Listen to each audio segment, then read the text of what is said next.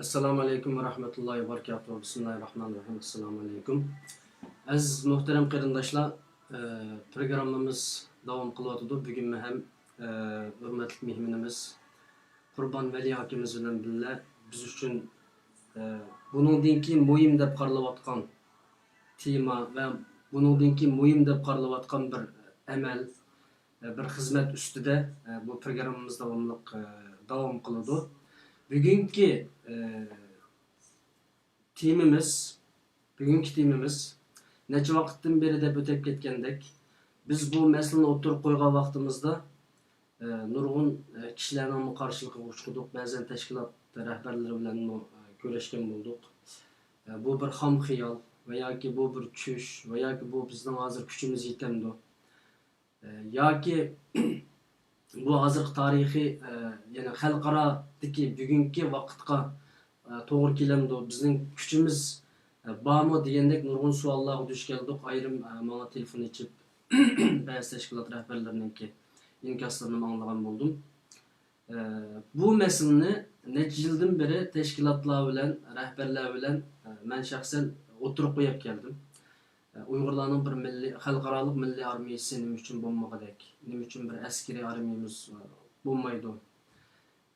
Qurolli inqilob nima uchun bizningki siyosiy faoliyatlarimizda yoki siyosiy inqilobimizda yondosh, uning endi do'st bo'lib turmaydi degandek masalalarni o'tirib qo'ydim va yoki ular bilan ko'rishib maslahatlashgan bo'ldik. Ammo bugungi siyosiy tashkilotlarning ba'zilari buni icra qilolmaydiganligini, buni kuch yetmaydiganligini dedi. Ba'zilari taqa vaqti bor ekanligini dedi. Ba'zilari bo'lsa amaliyotga bu uyg'un kelmaydi.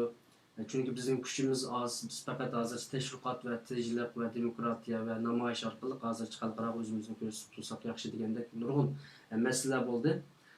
Ya'ni yig'ib aytgan vaqtida ba'zi tashkilotlar yoki rahbarlar bu ishni qila oladi, ba'zilar qila olmaydi. Ammo buni qilmadik degan masalada xuddi 3 yil burun shu Facebook naq maydon programmasini ilib borgan vaqtimda aziz qarindoshlar ovozimni anglagan bo'lsanglar, mishaga bir xat yozib o'tinglar, ovoz bor yoki yo'q deb, chunki men to'g'ri bilmay qoldim.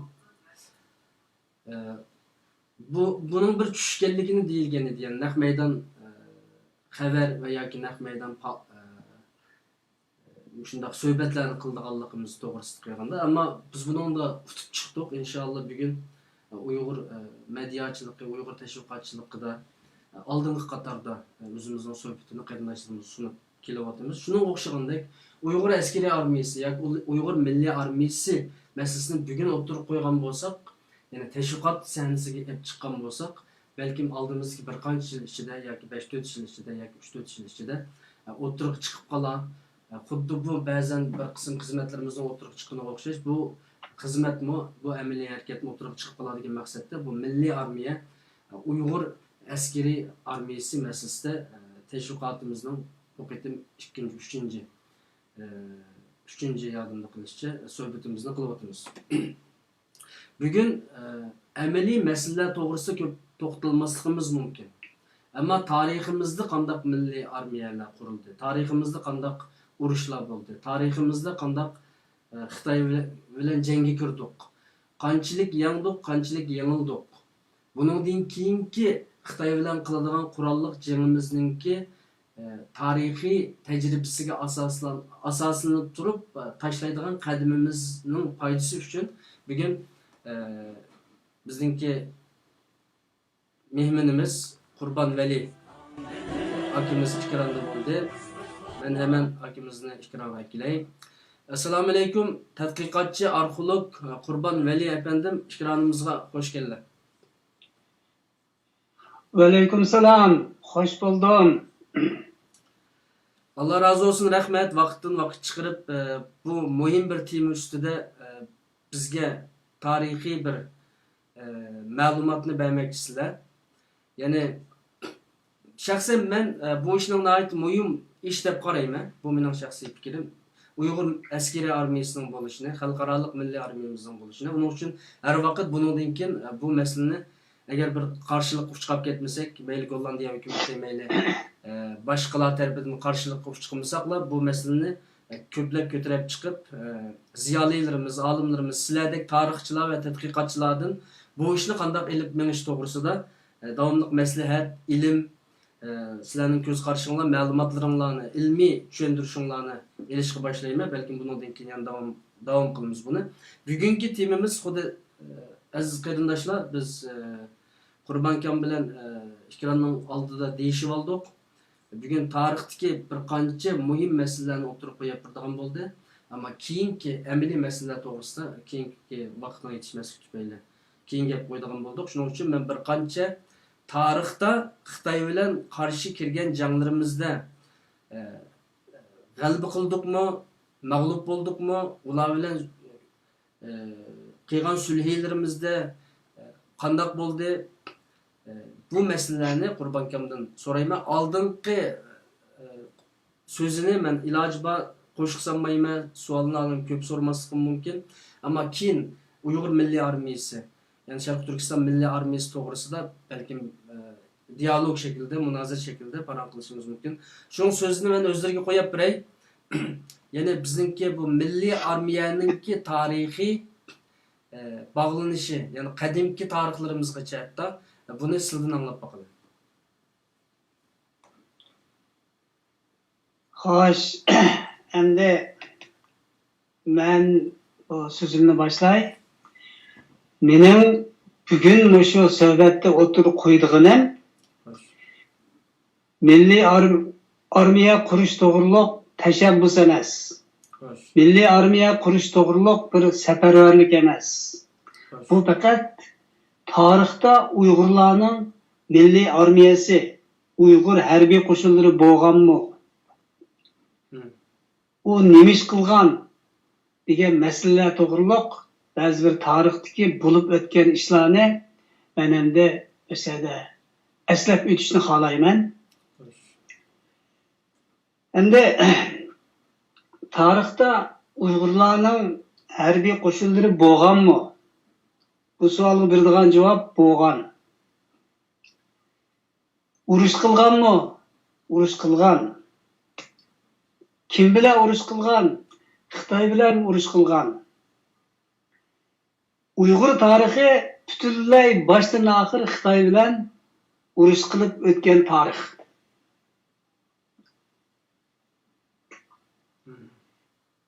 Bu urushlarda Uyg'urlar g'alaba qilganmi? Ya mag'lub bo'lganmi? Qaysi masalalarda g'alaba qilgan, qaysi vaqtda mag'lub bo'lgan. Endi biz bugun mushini bir xur eslab o'taylik.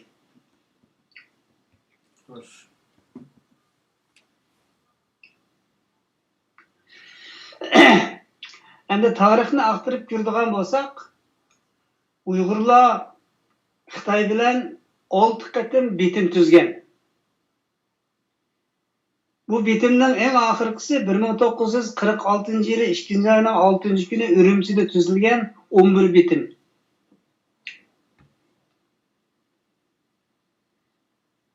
Mana bu 6 bitim Uyg'urlarning tarixdagi g'alabasi yoki mag'lubiyatlarini tushuntirdi.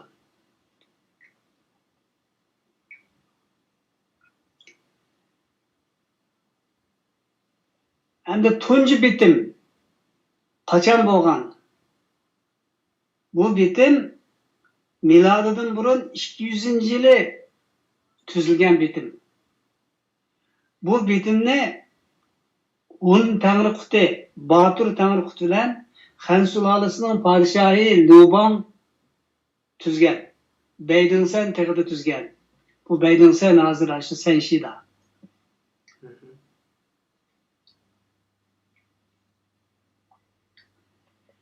Aslida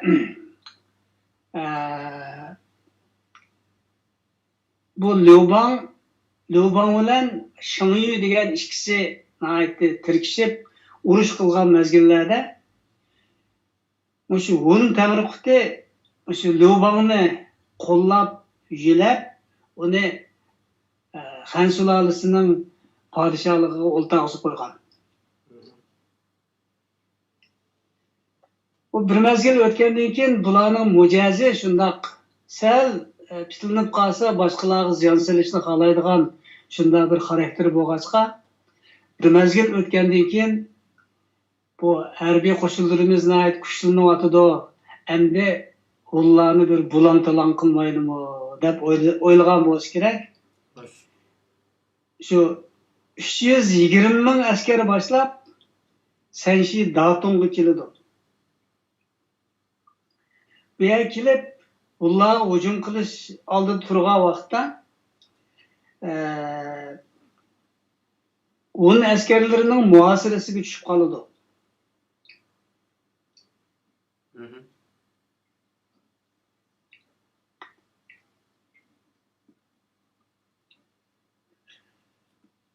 Yani bu Lubang o'zining oldiga kelgan shu odamlarining aytgandan keyin chiqib qarab boqadigan bo'lsa, oq otliq, boz otliq, qora otliq, jada otliq, 4 xil askariy qo'shin buning atrofini allaqachon muhosirga olib bo'lgan.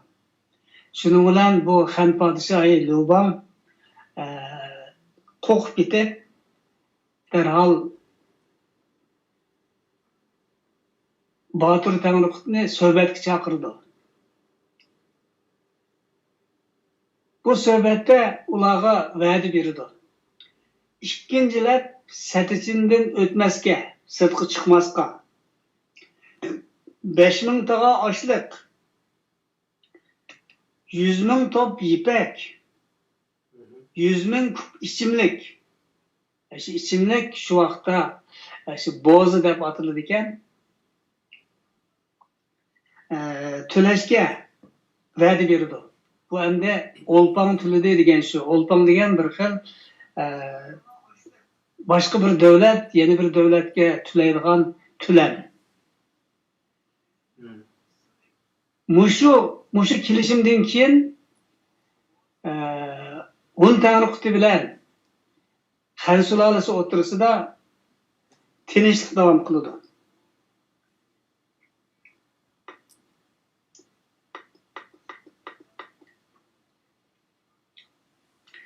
Endi biz bu yerda Hun Tangriquti deganni ozroqla bir tushuntiraylik, bunga bir izoh beraylik. Bu shu avval bitim degan so'zni bir ochiqlab o'tgan qarindoshlar tushunib olgan bo'lsa. Bu bitim degan shu vaqtda tuzgan, kelishgan va'da. Bu Xan sulolasining podshohi o'sha Hun Tangriqutiga, Hun podshohiga va'da bergan. Buningdan keyin biz Olpang to'laymiz deb va'da bergan. Demak bu shu vaqtda tuzilgan bitim. Bu qanday yerda bor desa, Xitoyning tarixlarida ko'p uchraydi. Bu shu 6 bitim ko'p uchraydi. Qanday uchraydi desa, Xitoylar o'zi numus qiladigan tarix deb atiladigan bir xil tarixlar bor. Biz shundan numus qilgan, bu biz uchun numus deb qaraydigan, shu numus qiladigan tarixlar qatorida shu bitim yozilgan. Buning bu bitimni endi nima deydi desa, Baydin sen tegida muhosirga tushib qolish deb ataydi. Baydin jivi deb ataydi Xitoychada. Buni sulhi yoki kelishimnoma desak, qaysini ishlasak bo'ldi? Shu kelishim desa bo'ldi. Kelishimda. Chunki bu nihoyat aniq son sifirlari bor. To'laydigan narsaning ismi bor, soni bor. Bu nihoyat ko'p to'lam bu. Buni bir davlat topgan narsaning ko'pinchisi to'lanib ketadigan gap. Shunlashqa bularga hemen qiyin buni nima qilish. Shunlashqa buni Xitoylar o'zining numus tarix deb ataydigan tarixlarining qatorida bor. Endi shu buni endi biz Uyg'urchada Olpang deb atab keldik. Olpang degan shu bir xil bosh, to'laydigan bojning bir xili. Boj degan davlat ichida to'laydigan narsa.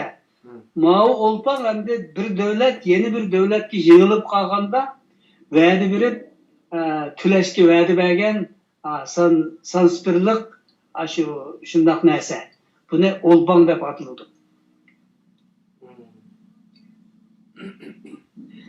Endi bunun təğrıqti degen o qandaq padişahlık, qandaq imperiya. Yani biz Uygur tarixida 3 imperiya var. En burunqisi Hun Tanrıqti imperiyası. Onundan keyingisi Türk Haqqanlığı imperiyası. Onundan keyingisi Uygur Haqqanlığı imperiyası. Onundan keyin andiken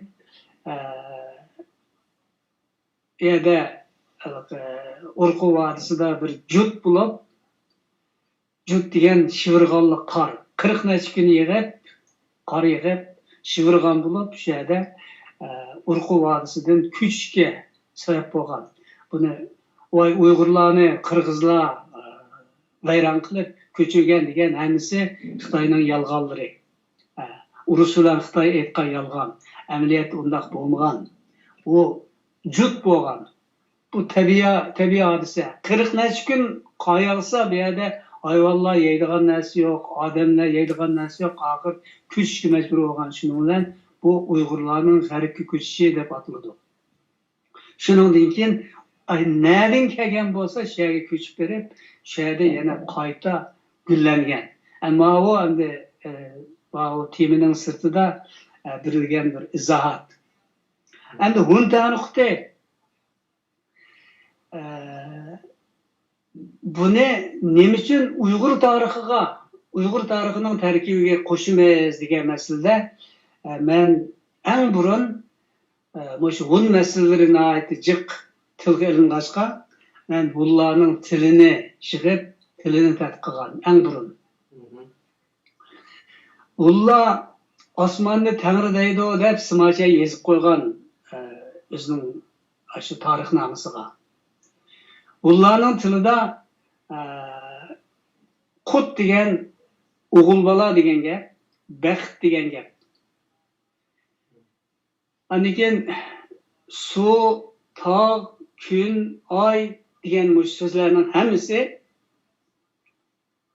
turkiy tillar bilan o'pma o'xshash.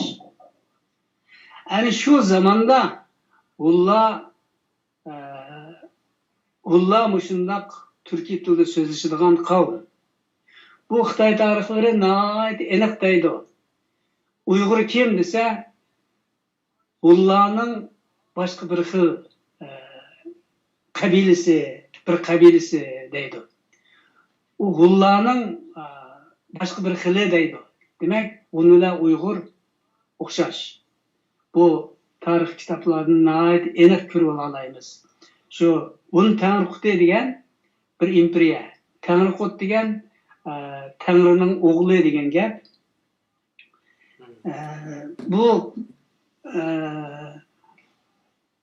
Bu Tanrıqutning ismi Batur. Buni Batur Tanrıqut deb ataladi. Bu Hun. Buning tili hammasi hozirgi Uyg'ur tilidan hech qanday farqi yo'q. Shuningdek, bu Uyg'ur tarixining 3 cho'ng davri bo'lgan. Birisi Hun davri, birisi Türk Haqqanlığı davri, yana birisi Uyg'ur Haqqanlığı davri. Mushu hammasi Uyg'ur tarixiga kirdi. Shuningdek, biz oldi bilan mushu Hun Tanrıqti davrida bo'lgan bir tarixni eslab o'tdik. Undaqda mishan men bir gap qistirib qo'ysam bir savol. Hun Türklar va Uyg'urlar bir millatkanda sizning bu gaplar bo'yicha. Shundoq. Bu endi boshqa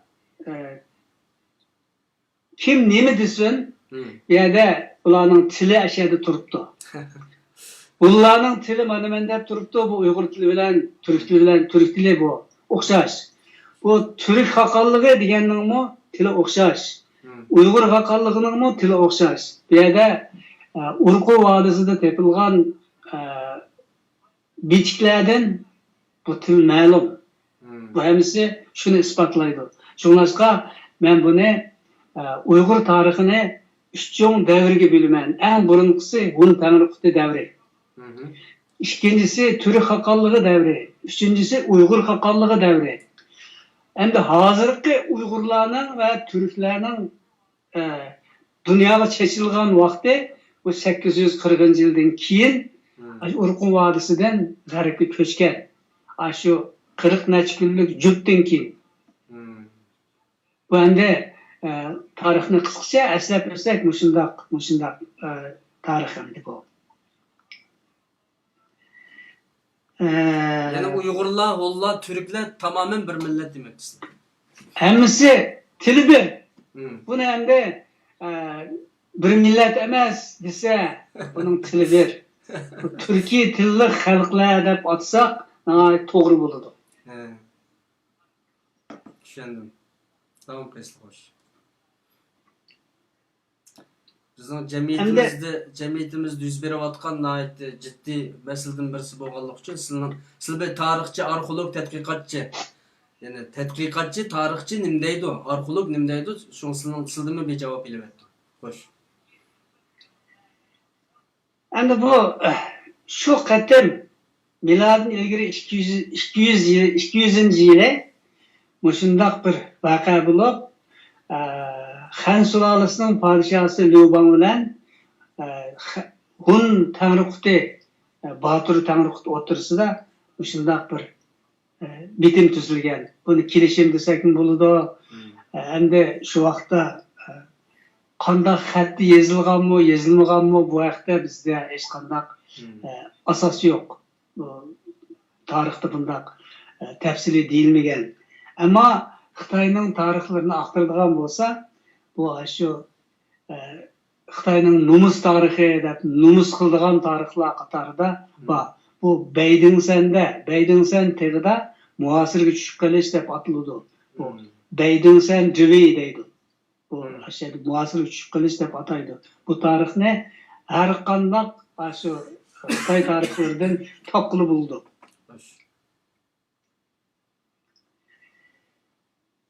Endi biz Hun Tanrıquti deganning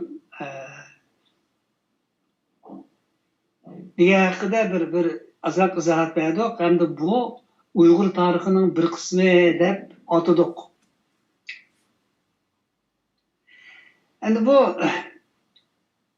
voqea shu miloddan ilgari 200-yilda bo'lgan.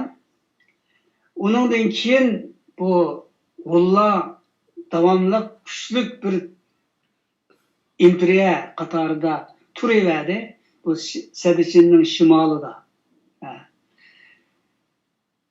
4-asrdan keyin bu Sadichinning sirtidagi bir qudratli davlat deb atilaverdi.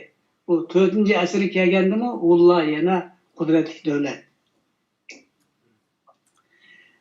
O'sha Hunlar tarixda Xitoylarning shu jango davri, urushqoq birliklar davri degan davrdagi Han, Jo, Wei, Yan Ji degan shu birliklar bilan to'xtamay urush qilib, ularning otlarini to'sash uchun egiz tam soqqan shu Sadichin shu. Eng oxirida Qing sulolasi degan shu Qingxuang degan bir podsho shu har qaysi birliklarning tomlarini bir-biriga ulab, buni Sadichinga aylantirgan. Yani bu biz azroq bir eslab o'tadigan bir savat xarakterli bir gaplar endi bu.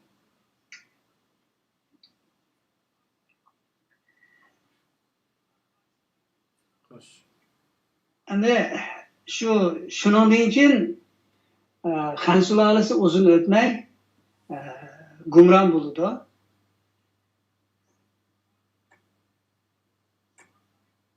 Bu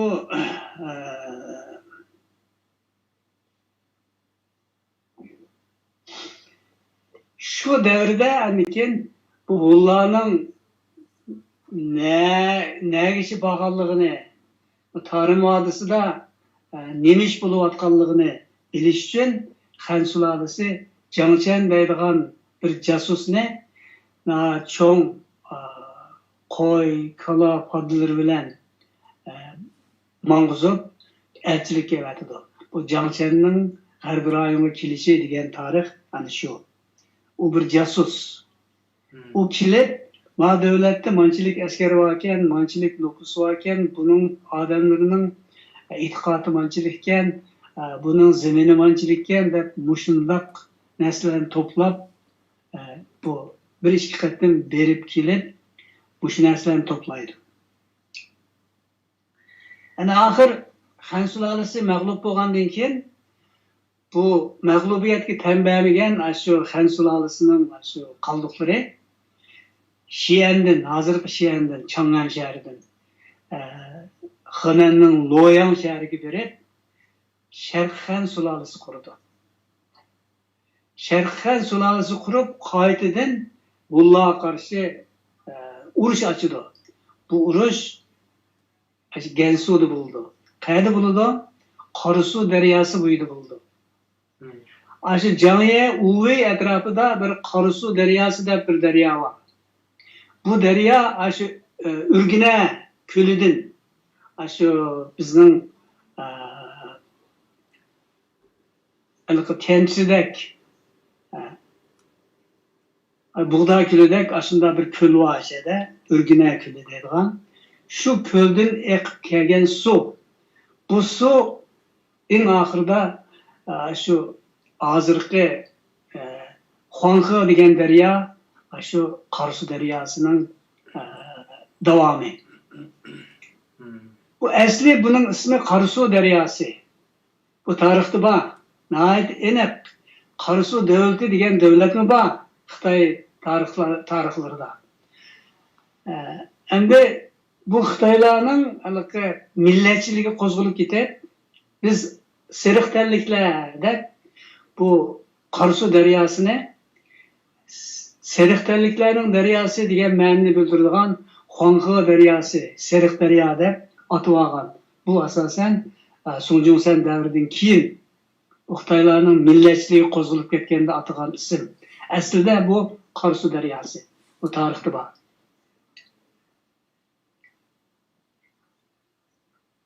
Yani Xitoydagi ikki cho'ng daryo Changji daryosi bilan Xuanxe daryosining ismi shaxsan Xuanxe daryosining ismi Qorasuv daryosi aslida, tushunammi? Qorasuv daryosi, asli Qorasuv daryosi. Bu intayin aniq.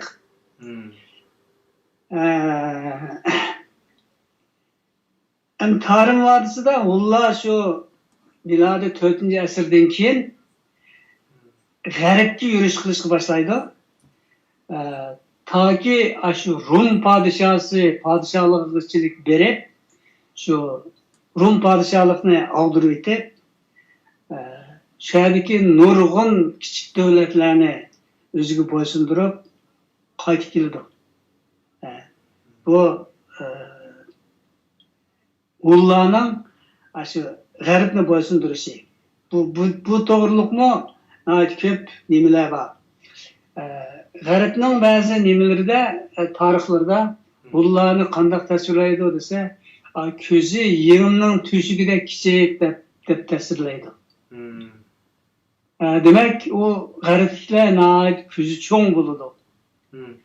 Bu ular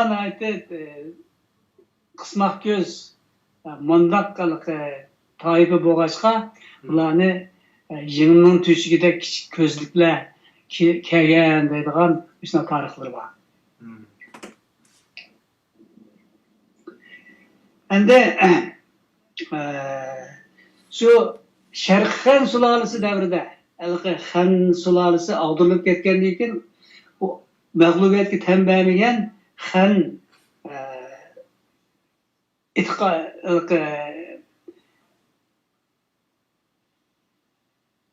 millatchilari Loyang'a berib Sharq Xan sulolasini qurgan.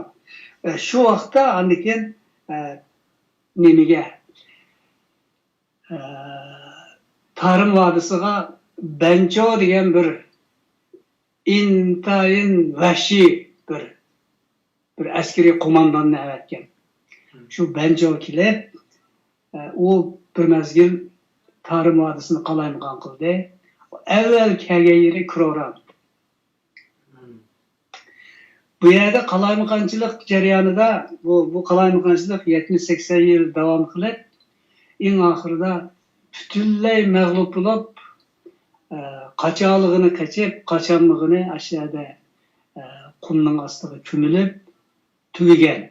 Bu Xan sulalisi, iki Xan sulalisi bütünley şu Hun Tanrıkti ve Türk hakallığı devrinde mağlup bolgan. Mağlup bulup bütünley gümran bolgan iki hallık. Sizin hazır devatkallar ikinci kıtımlık bitim mi? Endi hazır ben şu ikinci kıtımlık bitimden 5'ini başlavatımın. Şu ikinci kıtımlık bitim Süy sulalisi devrinde bolgan. Bu Süy sulalisi degenimiz miladi 581'den 618 yılgacha bolgan. Bunun paytaxtı Xananның Loyangda. Padişahının ismi Yangjen. Bu Süy sulalisining padişahı miladi 615 yılı Türk Hakanı işbara Kagan bilen bir oturusida bir kilişim bulundu. Bu Yemen tegida tüzülgen kilişim. Bu mu xuddi aşı Xan sulalisi yüz bergende Süy sulalisi fakat 38 yıl devam kılgan sulale. Bu sulale kurulgan günden başlap Türk Hakanlığı bilen uruş kılıdı. Uruş kılıp ahir 30 neçinci yılı kelgende bu Süy sulalisi bütünley mağlup buldu. Muşu mağlup buluş jarayonida en ahirda şu bir hal kılgıç jangda Yemen tegida bu Yemen tegimi şu hazırkı Senşi etrafında. Bu Yemen tegida muasır düşüp kalıdı. Şu vaqtda yana bir bula vay biz bilmeptimiz, biz endi sizlar bilan yaxshi ütimiz deb so'g'at taqdim qilib baqidi, yolg'on va'dalarni berib baqidi, faqat bo'lmagandan keyin eng oxirida yana ikkinchilab sadisini o'tmaslikka shu burun tuzilgan kelishim bo'yicha o'lpon to'lashga bu va'da berdi. Demak, mushu va'dadan keyin yana tinchlik mavjud bo'ladi. Tinchlik davomlashadi.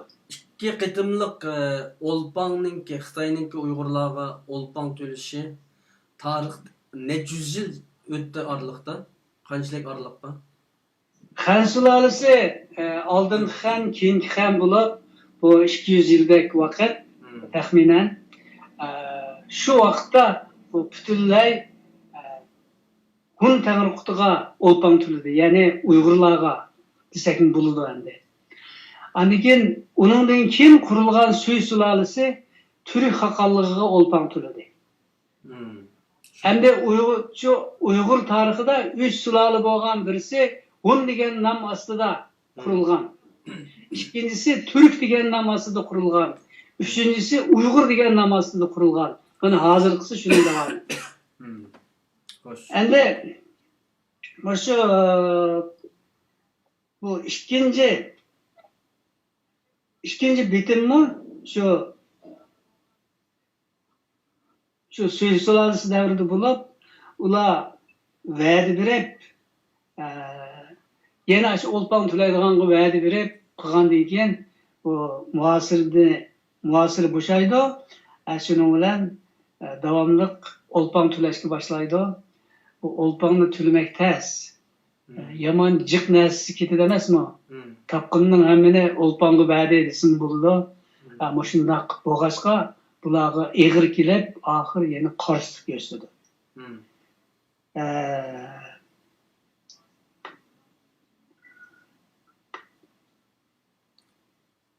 Üçüncü kıtımlık oteli Qurbanka. Endi shu qisqartmasak bo'lmaydi buni. Endi 3-chi bitim bu miladi 628 yili Türk Qag'oni Ili Qagan bilan Tong podshohi Li Shimin o'rtasida Vıyxı deryasının Leylemi körügüde tüzülgen bir bitim. Vıyxı deryası Şiyange yakın yerdeki bir derya. Türk Hakani degenler nim degen gep yana bir oçkuluk deydi. Türk hakallığı degenimiz Hı.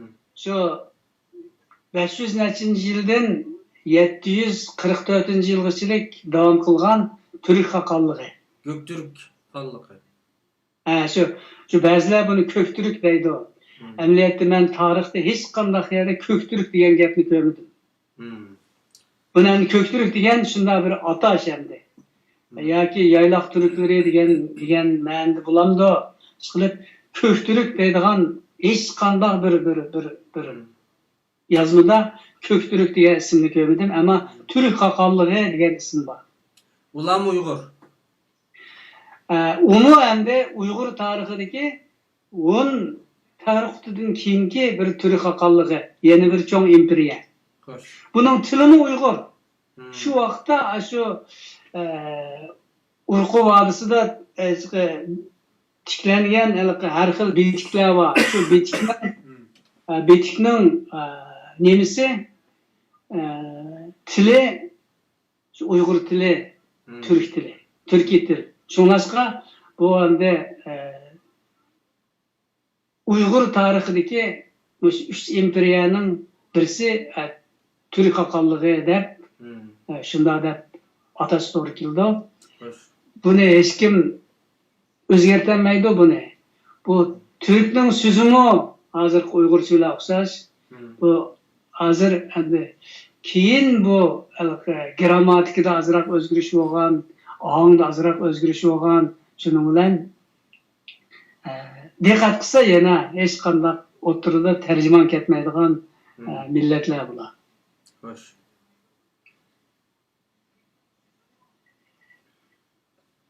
Bu Türk hakallığı degenge yani biz azroq bir izoh beraylik. Bu Türk degan en burun Altay tağlarida yaşagan bir millet. Bularni Xitoy tarixlarida tömürçi deb ataydi. Metal eritken. Bu Altay tağlarına soğuk boğazqa şehirde bu Türkler otni ijod qilgan. Chaqmoq toshni so'qishtirib, chaqmoq chiqib, shundan hosil bo'lgan o'tda isinib, andan keyin u o'tda madan tavlab, tömür tavlaydigan ish shu turklardan boshlangan. Turklar tömür tavlagan, bu tarixda tömürchi deb atalgan bir millat. Hoş. Üçüncü qatımlıq bitimdi mi ola olpan türlüde? Shunaq. Bu ikkinchi qatimliq bitimda bu turklar bilan bo'lgan o'sha bitimda udumu bir Tansular. olpan türlüde. Hozir endi biz 3-ga o'tib ketdik. 3-chi bitimga. Bu 618-yili shu Türk Hakani ili qolgan bilan Tang podshohi Yisim'in o'tirisida tuzilgan shu Şiyange yaqin yerdagi Vıyxı daryosi bo'yida bir shu vaqtda laylab turadigan ko'rik bor ekan. Shu ko'rikning ustida tuzilgan bitim.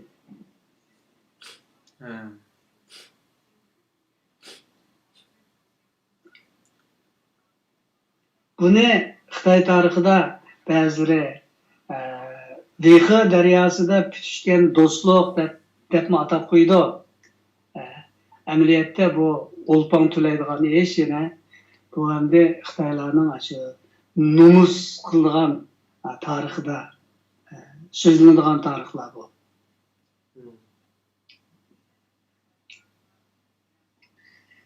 Shu mezgilda bu Tang sulolesida bir cho'ng o'zgarishlar bo'ldi 628-yili. Bu nima bo'ldi desa, bu Tang sulolesini asli o'sha turkiy xalqlar qurgan sulola. Livan deganmi buning bir turkcha ismi bo'ladigan Hazır tapamlı dem. Bir yerde körüp kalgan. Şunundan keyin bu fakat uçurma değil. Onun oğlu Leşimen degenler, tam padişahları hemisi padişah ordusu da Türkçe sözleydi bular. Patpatla aşı özünün aşı Türk dostları bilen şikarga çıkıp o oğlaydıgan maşındak naitti. Maşında işler köp endi Tansu Lalisi da. Endi Tansu Lalisini Türkiye halklar kurgan maşında bir sulala. Muş sulalada hem de şu vakta o sulalının puhrası Xitay. Asasen emiz Xitay. Bu Xitaylar bularını her xil ilim girler bilen Uygur halkı bilen şu Tansu Lalisini uruş kısanmakçı. Deydi, oy muşunda kudretlik Tansu Lalisi sen Allah'ını qetilip bütün dünyaya hoca olsan olmandı. Hep Tansu Lalisi'nin aşı Leşimen degen padişahı aşı Uygur halkını özüge qetiveliş niyetigim keldi. Yani muşu vaqtda andikin Tansu Lalisi bilen şu Uygur hakallığı otursida, Uygur elleri otursida azırak sürkülüş oldu. Ular mavu onu qetibamaqçı. Uygur hakallığı mı? Tansu Lalisini özüge qetibamaqçı. Muşundaq qılıp bir tertalaş oldu. Muşu jarayonda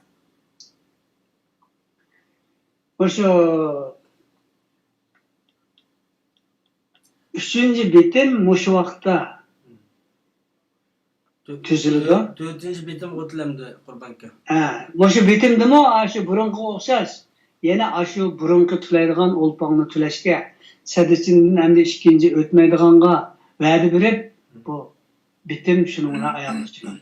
Endi biz to'rtinchi bitimga o'taylik.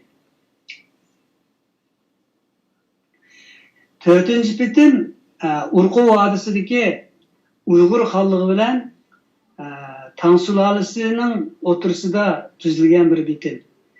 Bu Urqu vodisidagi Uygur hakallığını Çedirlik Orda deb ataydiken şu vaqtda şu Tansu Lalisi'den bu Çedirlik Ordu'ga elçi evetidi. Bu elçi kim dese birisi Koreyalik Go famililik birisi. Yeni birisi Uygur Büke Kayın. Şu Tansu Lalisi'nin bir veziri. Bular şu Çedirlik Ordu'ga kelip Urqu vadisiga, Urqu vadisi Çedirlik Ordu'ga kelip şeyde nimeden askeri yardım talep kıldı. Şu vaqtda bir Tansu Lalisi'nin işi kısmında topulan bulup Anroşan, Saygon diyen soğdakla ularında şu Tansu Lalisi'nin komandaları ular isyanga başçılık kılıp Tansu Lalisi'ni aldırdıgan aşındaki çoğun hareketler bolganda padişah o Çanganda şiyanda turanmay isyanga kaçıdı. Muşu vaqtda andikin bizim padişahını kutkuzuş için Uygur halkıga edim etip yardım talep kılgan. Şu vaqtda biz adette köygen bir resim var. Şu Uygur hakallığının hakanı tik örü turgan Tansu Lalisi'den kelgenler tizilip durup tazim berip nima qilgan bir resim var. Şu resim şu vaqtdagi tarixni ifodalaydigan resim. Endi şu mezgilde Uygur hakallığı Tansu Lalisi'nin teklifiga yarda qabul qilib teklifini 5000 kişilik qo'shin chiqarib Tansu Lalisidagi şu isyanni tinchitib berdi. Chang'andan tortib Loyang, şu Dongbeygichilik, Sharq Shimolgichilik hammasini tinchitdi. Tinchitib bo'lgandan keyin bu padişah öz çınarga qaytib keldi, dostluk başlandı, olpan töleşki başlandı. Bu yana davamlıq muşundaq qılıqda bir tinchlik bo'lgan. Har qatim bir mag'lub bo'lganda, ya'ni Xitoy tarafining sulolalari, sadisining ichidagi sulolalarning har qanday muasirga tushib qolgan vaqtda tuzilgan bitimda shu olpan to'laydigan va'da berdi, shuning bilan tinchlik davom qildi. Bu endi 4-bitim.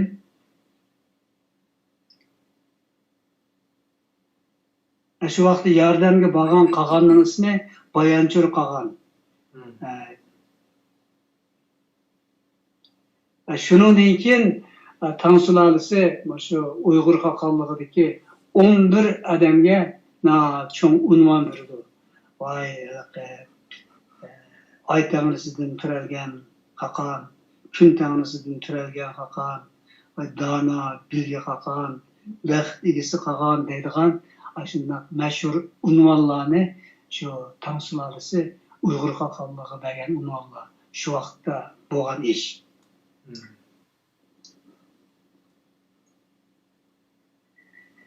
Endi shu Uyg'ur xalqligi 744dan boshlanib 840 ga bo'lgan kelganda Urqu vodisida bir nim bo'ladi, jut bo'ladi, abayandab o'tdim. Shu jut bo'lganda andikin amalsiz bu Uyg'ur xalqligi har qaysi tarmoqlar o'zi kelgan ketadi. Qarasudan kelganlar Qarasuga, Qashqardan kelganlar Qashqarga, Kuchog'dan kelganlar Kuchog'ga, Turpandan kelganlar Turpanga, hammasi o'z joylariga qaytadi. Bu endi g'arbga ko'chish degan shu.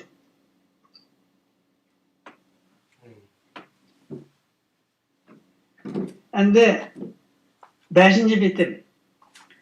Bu 5-bitim milodi 1211-yili Chingizxon bilan İdiqut xalqining podshohi Barchuq Artekin o'tirisi tuzilgan. Barchuq Artekin Kurulun yaylig'iga borgan. Shu Urqu vodisi shu yayliqqa borgan. Shu Chingizxon bilan tuzgan bitim. Şu vaqtda bu Chingizxon bilan bu Uyg'urlarning qarshi turadigan dushmani bir nuqtaga kelgan. Bu nima voqea desa, Chingizxonning shu vaqtda Qitan deydigan bir qabilasi bu Chingizxonga qarshi. Andikin yana bir qabilasi var. Ularmo Chingizxonning onasini o'ltirib etib, qichib ketgan. Mushular hammasi Chingizxonga qarshi. Bular nega bordi? Shu Imilga berib, Qaraxoniylar xalqiga biz puhra bo'lamiz deb shahada podshohlik qurdi.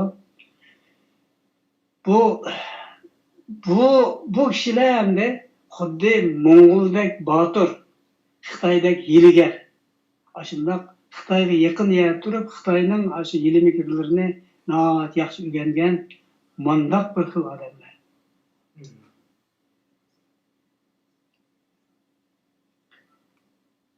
Endi demak Chingizxonning shu vaqtda qarshi turadigan dushmani Xitoy.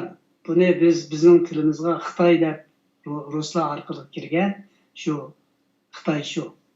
Andikin Chingizxonning o'zining shu qabilasi, o'ziga qarshi turgan Nayman qabilasi. Bu ikki qabilaga Chingizxon qarshi turdi.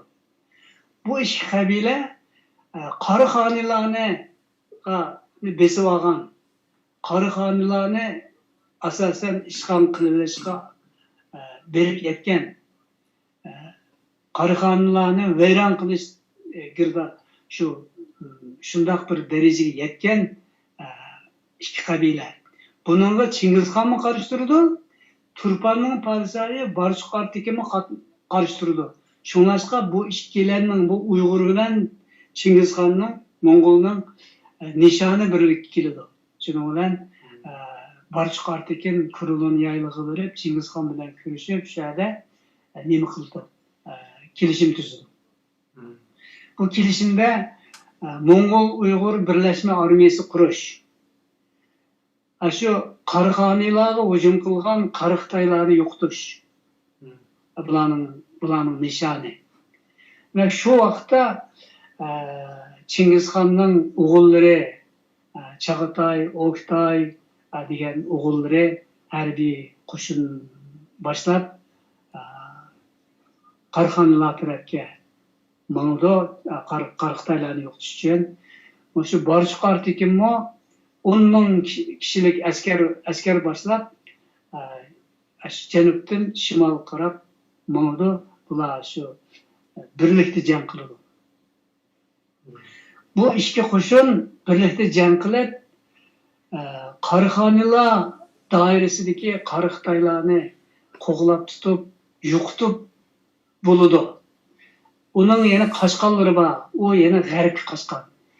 Ularni shu Qashqar, nega Qashqar bo'lsa, shu yerga berib, shu davlatni bo'ysundirib, ikkinchi qatam Yevropaga berib, Yevropada Yevropaning cho'ng Rum imperiyasini hammasini o'ziga bo'ysundirib qaytib keldi. Qaytib kelgandan keyin bu Çingizxan asli Kurulun yaylig'ida shu barış qartikinmi mening 5-o'g'lim deb nima qilgan. O vaqtda Çingizxanning yashi 70dan oshgan. Barış qartikin texi yosh. Biz urush qilib qaytib kelgandan keyin mening qizim Ala Oltunni shu barış qartikinga beraman, shu Kurulun yaylig'ida to'yini qilib qo'yman deb jakarlaydi. Endi bu urush shundan keyin boshlanib, bu Uyg'urlar bilan Çingizxan, shu Mo'ng'ullarning birlashgan qo'shini Qarıxtaylarni yo'qotish jangiga otlanib, bu g'alaba qildi. Butunlay Yevropaga berib, qo'g'lab tutib, Qarıxtaylarni qo'ymay yo'qotib bo'lgandan keyin qaytib kelib, keyin Çingizxan bilan barış qartikin kelishib, shu barış qartikin o'zining shu Qumul,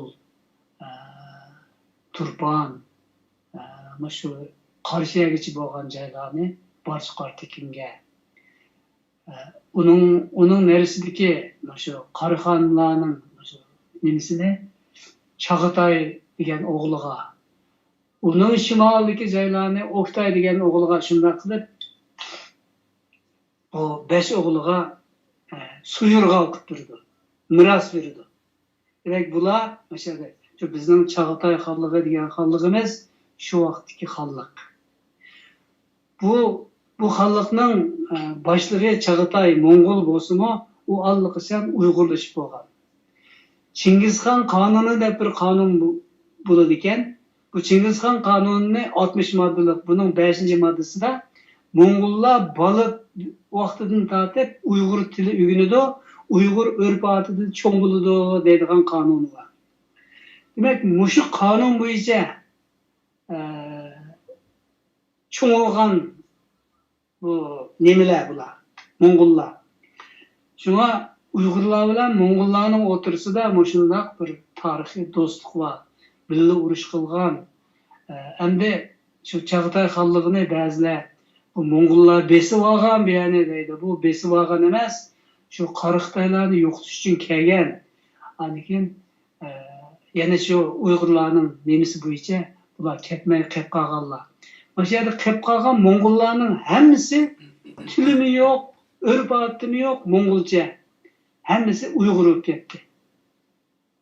Bu nayt aniq. Shu Xotan tarafdagi Uyg'urlar shu Mo'ng'ullar degan to'g'rimi?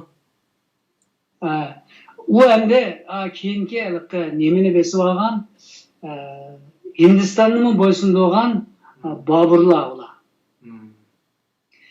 Mana u qolganlari hammasi shu Mo'ng'ul avlodlari bilan Uyg'ur avlodlari birlikda devlet kurup birlikte dünyanı sorgan uşunda bir mezgil tarih. Bu ne?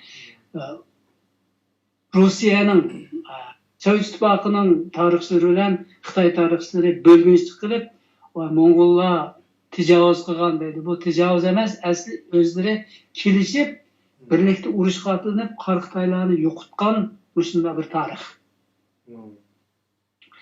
Enbiyada Çingizxan'ın yeni bir nevrisi Kublay şu vakitte Sadichin'in içinde hareket ettirip bütün aşı Ming sulalesi intayın milletçi bir sulala o Xitay sulalesi şunu yıktıp Yuan sulalesi aşı Mongol devletini kurdu. Şu Mongol devleti kurulgan devirlerde Mongol devletinin şu çoğun organlarında Uygurlar işleydi. Mesela şu vakitteki nemisi Mongol devletinin payitahtı Beijing, Beiping.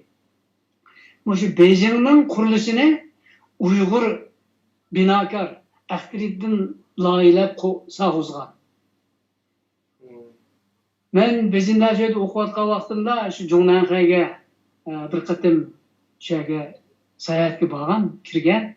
Şöyle bir betikte yazılışıca şu Beykhay külünü şu hazırkı şu Zhongnanhai'ni aşı Ahtriddin layılap sağan deydiğen bir yazmanı görgen. Ben bu vaktımda bir makale yazdım. Ben de demek Mongol halkının şu çoğun devlet aparatlarını, devlet kuruluşlarını Uygurlar layılap kurgan. Hatta Mongol Uygurlardan birlik askerini ekilip Xitayning janub tarafini qo'g'daydigan, janub tarafini saqlaydigan qo'yib qo'ygan. Masalan, Changsani şu vaqtda bir Jembozan degan aşı Jen familiyalik Uygurlar kurgan. Şunun bir Uygurca ismi bulduğan keyin topolmadim buni. İsim çıkıp kaldı. Şu Mongol devleti devride yanıla Uygurlar şu devletinin asaslıkka şu organlarında emelda bo'lgan kuruluşla ilgen. Bu Mongollar bilen Uygurlarning o'tirsida o'sha Chingizxon davridan tortib shunday bir do'stlik bor. Bularning dushmani bir, taraqqiy qilish nishoni bir, urush natijalari, urush rezultatlarimi bir. Shunday bu endi tarixda bo'lib o'tgan ishlar. Şu sizden ben bir şey bir kızıkarlık bir soru sorayım. Şu Uygurlaşıp ketken Mongollar sizlerince bizim vatanimizin qaysi şehirleriga to'g'ri keldi? Yani hazırki sizlar en yakın deb qaragan qaysi Uygurlar? Qashqarmi, Xotanmi, Aqsu, Kucha degandek. Şu nima Qarshining nerisida shu Xotunsumol degan Xushot degan mushlarda ko'pincha Mongollar shu yerda ular Uyg'urlashib ketgan. Xotunsumol degan Mongolcha gap. Uyg'urlarni Mongollar xotun deydi. Xotun degan Xotan degan gap. Qiziq ketgan. Uni endi Xotan deganda bular Xoto degandikin Uyg'urlar endi buni xotun dedi deb shunday anglab qolgan gap. Amaliyotda Xotunsumol degan Uyg'ur mahallasi degan gap. Uyg'ur yurti degan gap. Bu Mongolcha gap. U endi Xojing noyisi deymiz hozir. Shu noyi shu. Endi o'sha Mongollar bilan Uyg'urlarning o'tirisida mana shunday bir xil yaxshi munosabat bo'lgan. Buni endi Xitoyning tarixchilari Mongollar sizga hujum qilgan deb ziddiyat bermoqchi maqsad. Amaliyotda bu shu vaqtlarda ikkisi birlashib Xitoyga qarshi turgan, Xitoyni bo'ysundirgan Mongol Chingizxonning bir nevrisimi Sadichinning ichini bo'ysundirib Şu Yuan sulalisi degan sulalini qurgan, o sulalının asaslık nurgun quruluş injinörleri, amaldorlari, yani Uyghur, şu sulalının cenub tarafını qo'g'dayotgan odamlarmi Uyghur qo'shinlari, şu Cem Bamillik. Yani şunun asli bu Uyg'urcha ismi vardı ki bu tarixdan shunday sezgir narsalarni chiqarib yetdi ekan. Onu ikkinchi topmoq tez. Bir yerde Doktor Qahar Barat efendim yazıptı ve şu Qo'g'riqdagi bitim Xitoy manbasidan o'chirib o'tilgan debdi. Ba'zan bitimlarni Xitoymi tarixdan o'chirib o'tgan gapdi. Şu o'ziga şu nomus tarixlarni endi ba'zilari jiq yezib o'tgachga ba'zi narsalarda saqlanib qolgan. Shu saqlanib qolganlarni biz ko'rdik. Endi keyin o'chirayotgan narsalar bor. Onu bu nomus tarixni har amal qilib yapıda başka bir xil til bilan ifodalashga tirishadi Xitoylar. Bo'libmi hozir shunday. Shunday. Kanchinchi bitimga keldik Qurban aka? Endi 5-chi bitimmi tugadi. Endi biz 6-chi bitimga shu nimaga kelaylik? Milliy armiya bizning şu 11 bitim şu bitim endi. Bu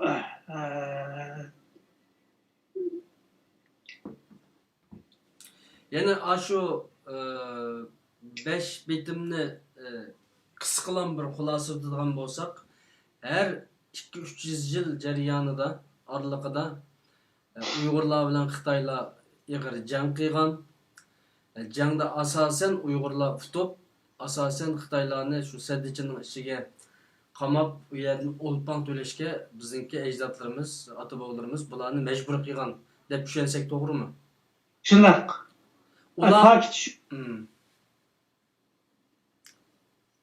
Ularga o'lpon to'lagan avvallar bo'lganmi bu 5-6 qatimliq sulh jarayonida? Endi men o'qigan shu tarixlar bu Xitoyning shu eng burungi yozma tarixlari, shularni men Xitoyning Guvin qadimgi yozig'i degan yoziqlarni o'rgangan, qat'iy qilib o'rgangan, shu jarayonda shu tarixlarni ko'rgan, shu narsalarni ko'rgan. Endi shuni endi shu Uyg'ur tarixini tadqiq qilishga men ishlatdim. Demak, Uyg'urlar shu 11 bitimdan burun 1946-yildan burun 5 bitim tuzgan bo'lsa, shu bitimning hammasi Xitoylarning mag'lubiyati. Xitoylar Uyg'urlarga va'da bergan, ikkinchi men saddichidan o'tmayman, sana tajovuz qilmayman, men o'lpon to'layman deb, o'lpon to'lamak tez. Shunga turib bir mezgil o'tgandan keyin o'zi sal kuchlanib qolgan vaqtda yana hujum qilib, shu bo'lib o'tgan urush, bo'lib tarix voqealar butunlay shundoq. Bu tarixda Uyg'urlar Xitoyning oldida mag'lub bo'lib boqmagan. Parçalangan, egir zarbiga uchirgan. Mesela Hullami ishiga parçalangan. Turk qolganligi davridimi yana ishiga parçalanish bo'lgan. Uyg'ur davridimi, Uyg'ur qolganligi davridimi endi shu bir tabiiy ofat bo'lgan. Shu tabiiy ofat tufaylidan shu Urqu vodisini ko'chgan. Shu Urqu vodisidagi bir betikda iliq yozilgan bir cümle söz var. Eğer bizning haqqonimiz shu o'tgan tog'larda, shu qarg'ayliqda turib bersa, bizning xalqimiz omon turadi, mung yo'q deydi. Demak, bu nihoyat aniq. Nima uchun biz Uyg'urlar shu Urqu vodisiga berib bazi qurdi, shahar davlat qurdi, bu hammasi Xitoyga taqobil turish uchun bu strategiyalik ya. Bunda qo'ygan bir şey de hazır Xitoylar bizden qisas ilyapti, o'ch ilyapti degan to'q o'tgan qitimliq sizlar bilan qilganda buning 1 yil bo'lib qoldi. Mening yodimda bor. Xitoylar bizdan hozir bunda qo'yganda o'chilyapti degan vaqtida tarixiy shundaq mag'lubiyatlar tufayli o'chilyapti dedilar. Demak, hozir 1 millionlik 1 million odam sig'adigan shu kampani Gansu shu nima tarafga Lanzhou tarafdagi jo'g'rafiyaga qurishi Xitoylarning bumi bir o'ch ekanda, shu ayni vaqtida Uyg'urlar asosan shu yerda qattiq tug'ilgan ekan. Xitoy Saddichang Sipilninki eng dastlabki Xishikardur degan shu taraflarda. Mushtaq desakmi bo'lamdi, ya'ni Xitoy bugun 1 millionlik bir kamp quribdi shu yerda hozir u aniqlanib chiqdi. Albatta Uyg'urlarni solaydi bu yerga. Şimdi biz bu tarixni eslep o'tgandan keyin shunday bir xulosaga kelamiz. Shu 2000 yillar burunla Uyg'ur tillik, Türkiye tillik xalqlar Xitoylar bilan urush qilib o'tgan. Shuningdan tortib ta hozirgacha bu urush to'xtamadi. Buning shakli o'xshamaydi. Qurolliq urush to'xtagan vaqtda Xitoylar yana hujumni to'xtatmagan. Bularning usuli bir amal qilib, tarixni unutuldirish Uyg'urlarga.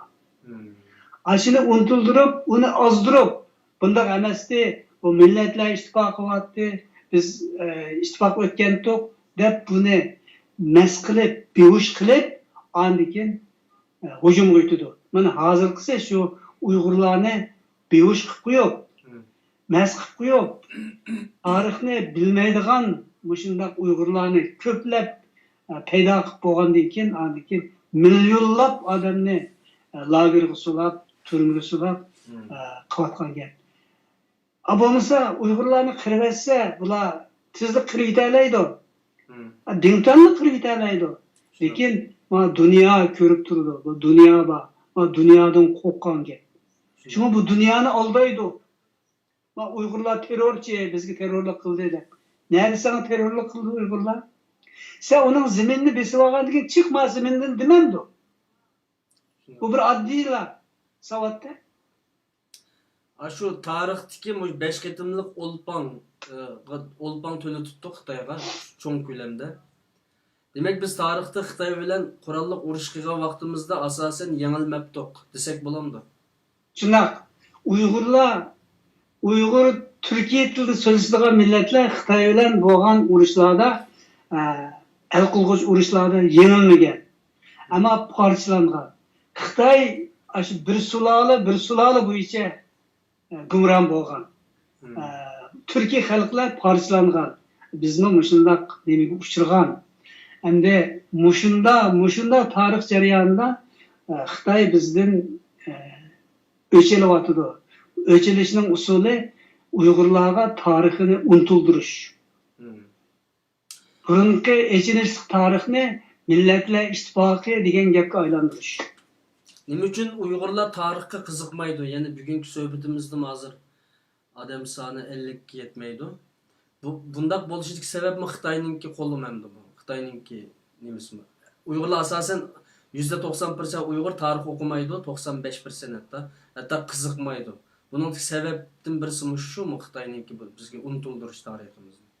Endi bu Xitoy Uyg'urni kunna shu millatlar ittifoqi ondoq deb buni hozirgi kuni endi shu kunda 3 vaqt tomoqni yeb bir omon eson turish cho'ng ish bo'lib qoldi Uyg'urlar uchun hozir vatanda. Mana mushundaq ahvol ostida Xitoy Uyg'urdan o'chilyapti. Shuna uni tarix tadqiq qildigan kim o'tirib chiqib tarixni tadqiq qilib tarix so'zlay oladi. Men 28 yil burun shu nimada vatanda o'zim bilgan tarixni ozroq deyishga boshlagan, yozgan, mening yozganlarim hammasi yangisida yozilib bor. Ana shu vaqtlarda andikin ben bo'lgan qarshilikni shu vaqt ko'rdim. Meni tanlab Abnum rayonga opirib, shu bir qadimki asrlar ishxonasi qurgan rahbarlar bu kessin deb bir amal qilib imzo qo'yib meni ketkizyapti. Bo'lmasa men bu vaqtchilik mavjud emas yerda. Shu vaqtda Xitoy allaqachon deb bo'ldi emasmi, bari voqeasini qo'zg'agan o'sha Qurbonvali tayyorlagan kitob, chiqargan kitob. Bu endi Abdurayliq davomiyning xulosasida bor. Mushunchilik holga kelib qolgan odam bu vaqtchilik hayot turmaydi. Endi yana Uyg'urlarning ichida shu vaqtda mayli qandoq bo'lsin, Uyg'ur masalasiga kelganda yana azroq jan ko'ydiradigan, huquqini ishlatadiganlar shu vaqtda bordi. Hozir ishlamaydi ularning huquqi. Bir yerga tasdiqlasa olmaydi uni.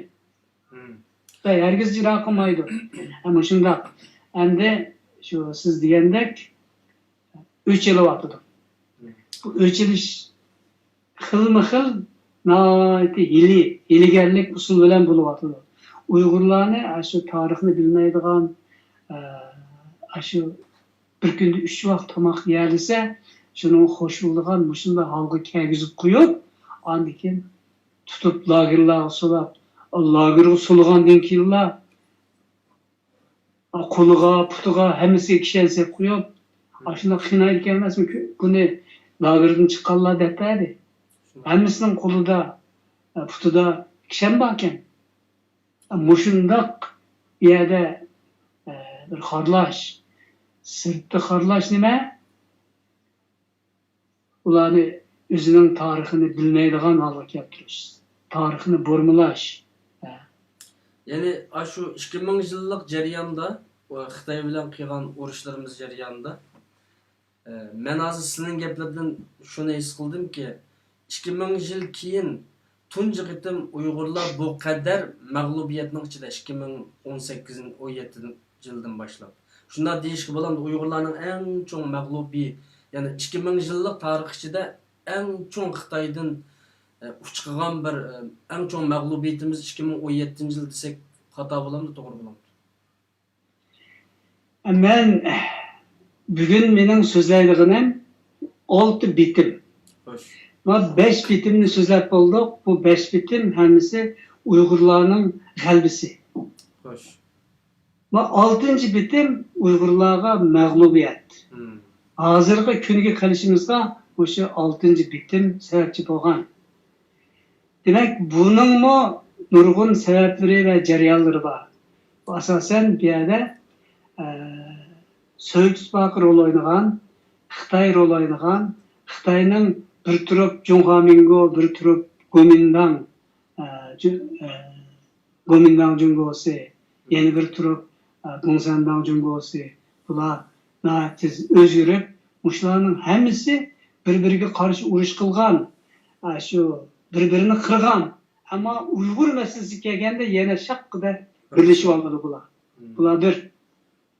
Bularda ixtilof yo'q Uyg'ur masalasiga kelganda. Yani Gomindangni Uyg'ur masalasida Xitoy kommunistlar bilan birlikda demoqchisizlar. O'xshash. Shu Zhang Zhizhong degan Gomindangning generali. U shu bitimni tuzib bo'lgandan keyin, 11 bitimni tuzib bo'lgandan keyin Junxo Xalq Jamhuriyatining davlat mudofaa ministrligining muavin ministri bo'lgan. Demak, bular hammasi bir bular. Gomindangmi, Gongsandangmi hammasi ular bir-birini qirgan bilan, rahimsiz qirgan bilan, ama Uyg'ur masalasiga kelganda hammasi bir.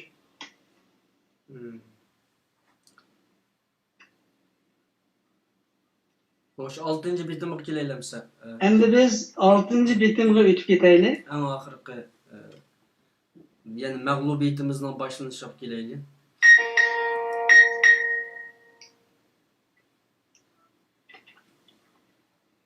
Sizlar shu to'rga shu men yaratgan 3 rasmni chiqarib qo'ysizlar. Men uni ko'ramidim hozir. Ben onu ko'ramayotganman. Ama men ma'lum nemidan nima qilay? Telefondan chiqarib olay. Xo'sh. Endi shu sizlarga men aytib bergan shu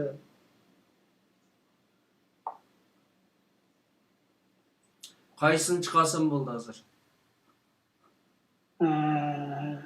Sildi ben şunu çıkarıp vereyim.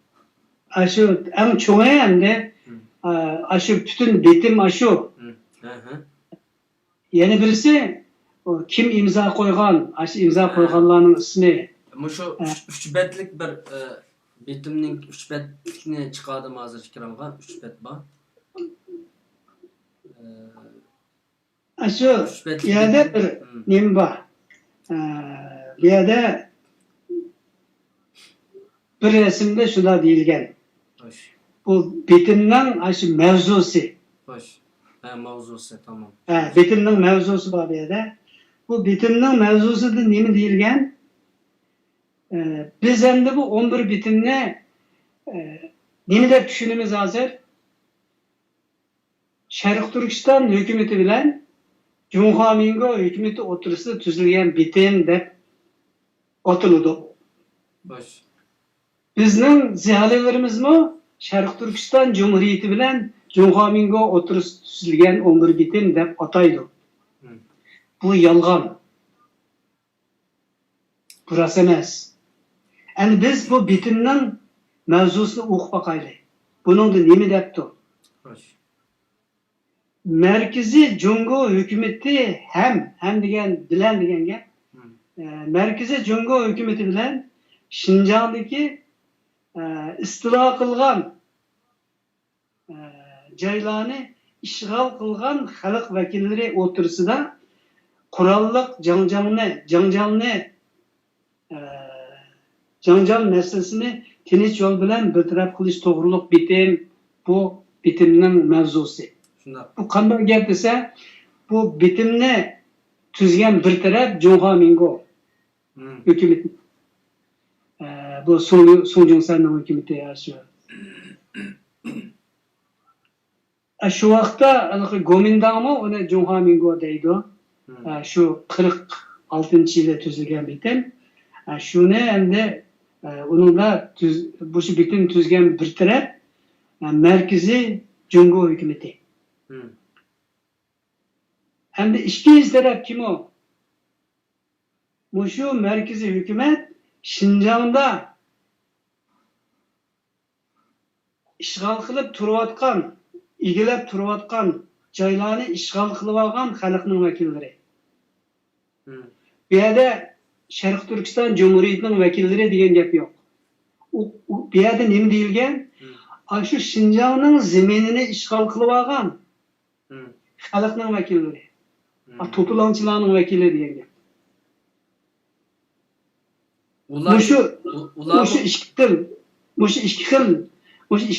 İki taraf o'tirisida tuzilgan bitim deb yozibdi. Bu bitimning mavzusidilla mavjud. Bu yerda Sharq Turkiston Cumhuriyeti degan gap yo'q. Bu qanday qilib shu bitim imzo qo'ydi? Bu endi nima qilib bo'lmaydi. Ya keyin bu bitimni birisi shu Uyg'urchasini shunda o'zgartib qo'ydimi? Ben bir diyemeyim. Çıkılıp hazır bizim kulumuzda bor bitim, mana shu yazma. Bunun mevzusu birisi Cumhuriyet Mingo hükümeti, yeni birisi Cumhuriyet Mingo hükümetinin Şinjan'da egilib turayotgan joylarni ishg'ol qilib olgan xalqning vakillari. Demak, to'polonchilarning vakili degan. Ashunga ma'qul deb imzo qo'ygan. Bu yerda imza koygan adamın ismi bakken, onu size inek okuyalım mı şeyde? Evet, inek. İmza koygan adamların ismi, birisi mesela halk vekilleri Rahimcan birisi hem de imza koygan adam fakat Xitay tarafından bir merkezi hükümetinin vekili Zhang Zhizhong. Halk vekilleri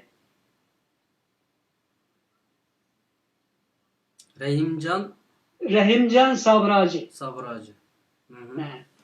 İkincisi Ubul Hayri Paşa.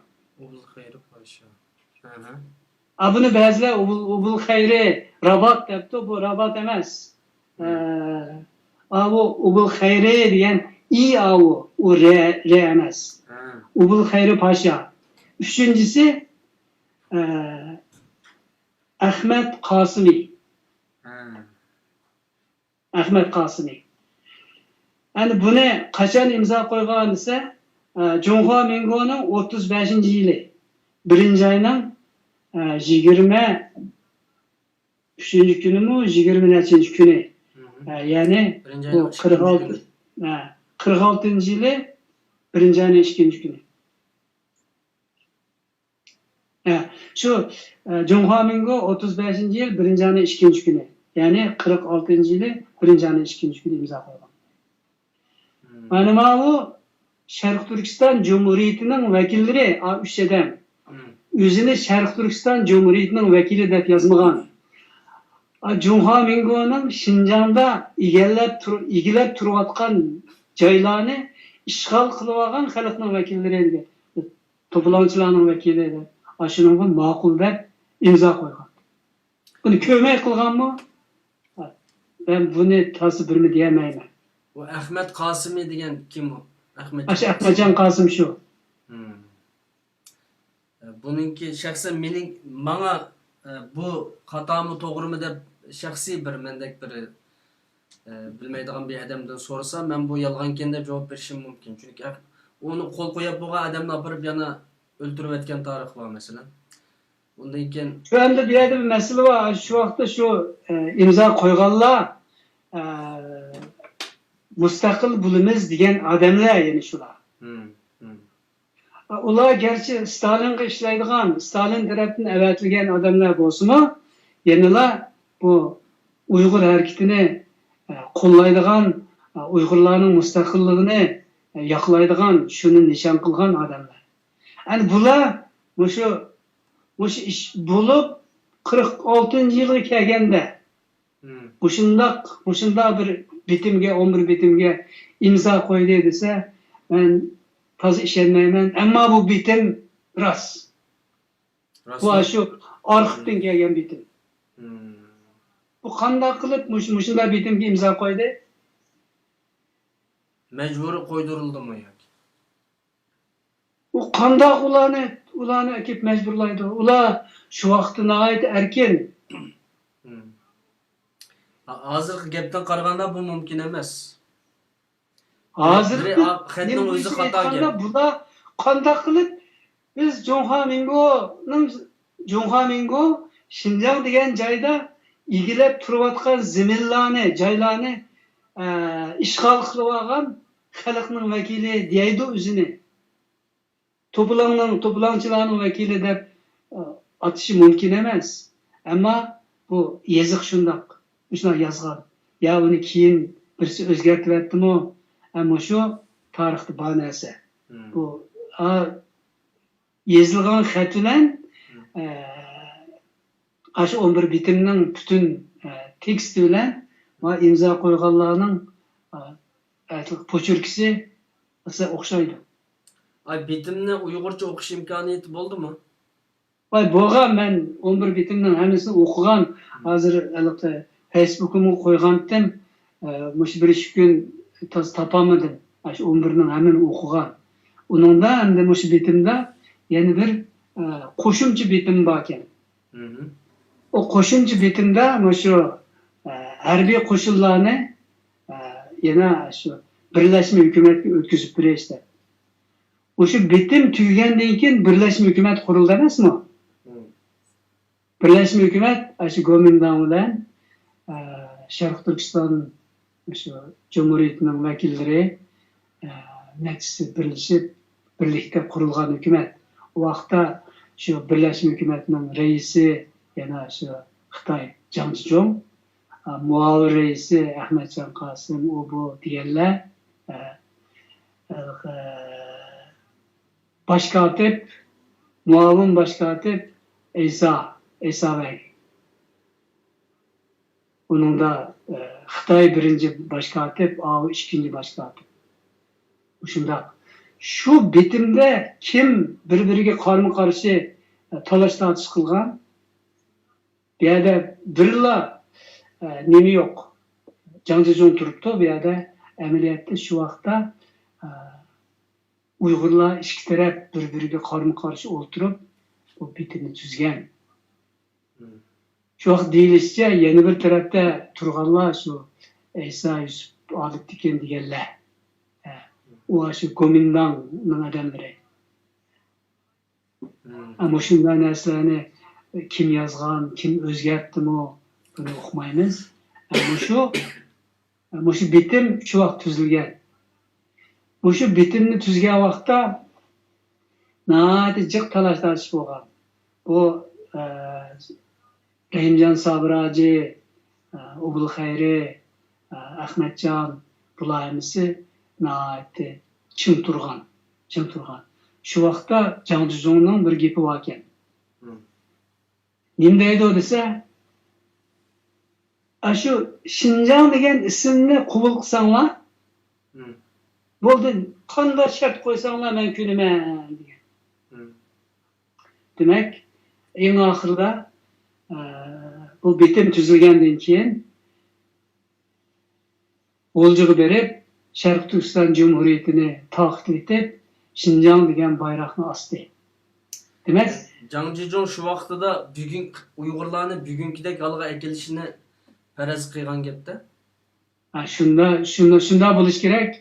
Endi shuning gapi, voy Ahmad, sen jiqroq bir kuch qolgan.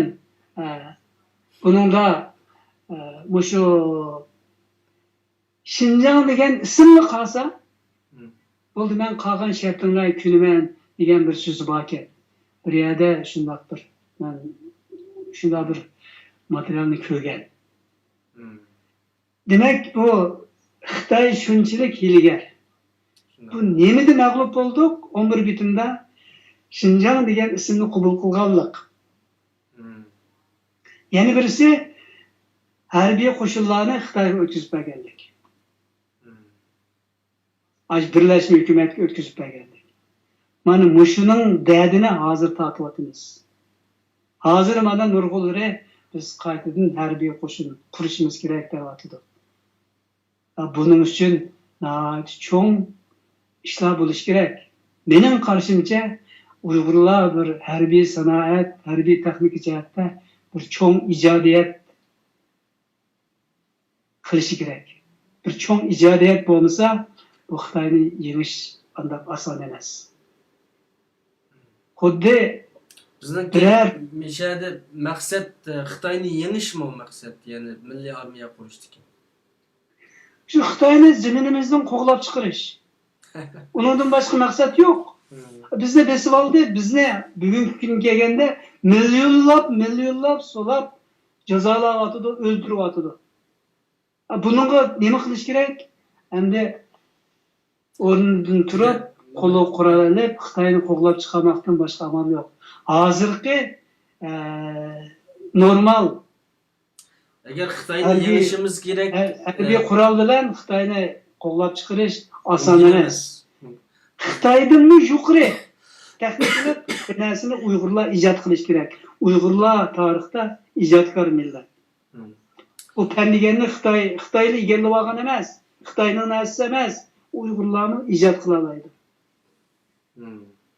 Masalan, Xitoyda atom bo'lsa, atomning bu yomon bir narsani sen ijod qilsang, Xitoy hozir seni so'lakka chaqirdi.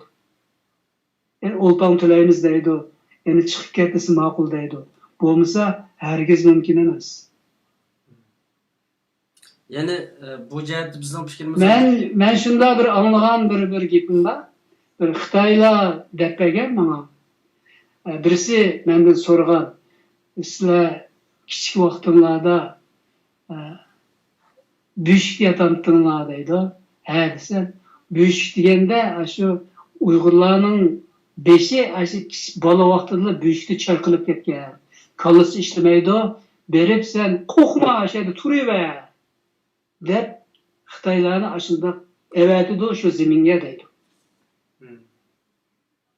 Demak, shunday gaplarim bor. Endi u mayli rost bo'lsin, yolg'on bo'lsin, endi bir Xitoyning og'zidan chiqqan gap. Demak, Uyg'urlarni shu bola vaqtida beshi büyükte charqilib ketgan, kallasi ishlamaydi deb qaraydi ekan Xitoylar.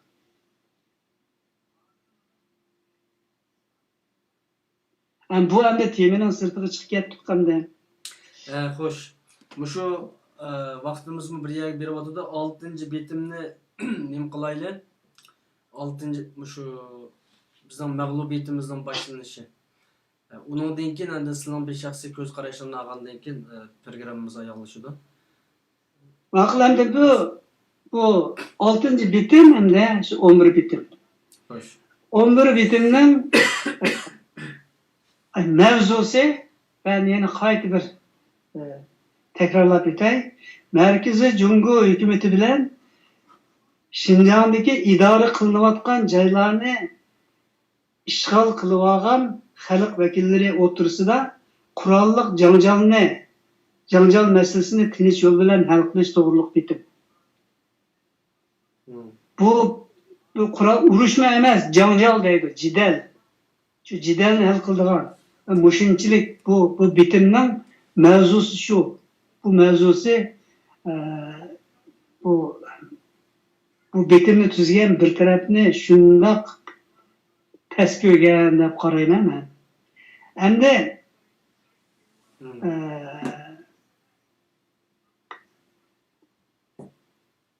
demek bir yerde bu Şarkı Türkistan Cumhuriyeti vekilleri emas. Şarkı Türkistan degan gapmi yok. Fakat şu Xitoyning Şinjan degan yerda idora qilayotgan joylarni ishg'ol qilib olgan xalqning vakilleri, to'planishlarning vakili deb yozibdi. Buning mavzusi shu. Endi hal qiladigan masala nima desa, qurolliq janjal, jidal, majrani hal qilish. Endi bununla imza koyganlar Merkezi Cumhur Hükümeti'nin vekili Cansucan, halk vekilleri deb atalgını Rahimcan Sabir Hacı, Ubul Hayri Paşa, Ahmet Kasimi.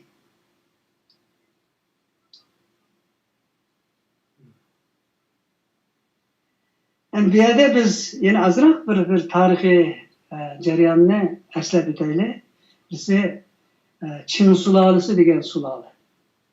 Çin sulalesi degen Manchu devleti. O 1644'ten 1911'lik mevcut Çin sulalesi. Bu Çin sulalesini şu Sun Yat-sen aldırıp taşlaydı. Bu Çin sulalesi 267 yıl devam kılgan. Yani şu Manchu devleti qanday qurilgan desa, şu Manchular şu sharq shimol tarafda Sadichindan bosib o'tib, millatchilik intayin avjagan Ming sulolesini ag'dirib qurgan bir sulole. Bu şu vaqtda bu Sadichinning ichidagi bu Ming sulolesining odamlarini, hozir biz Xitoy deyotgan odamlarni şu vaqtda Manchular Katay deb atagan. Katay. Bu Katay degan so'z rus tili orqali bizga Xitoy deb kirgan.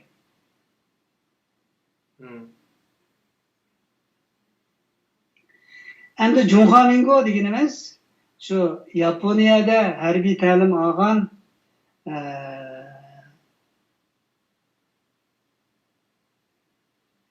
keyin Amerikaning Hawaii orollariga berib Fikirdoshlar jamiyati, ya'ni Tongmonxo'y degan bir tashkilotni qurgan Sun Yat-sen.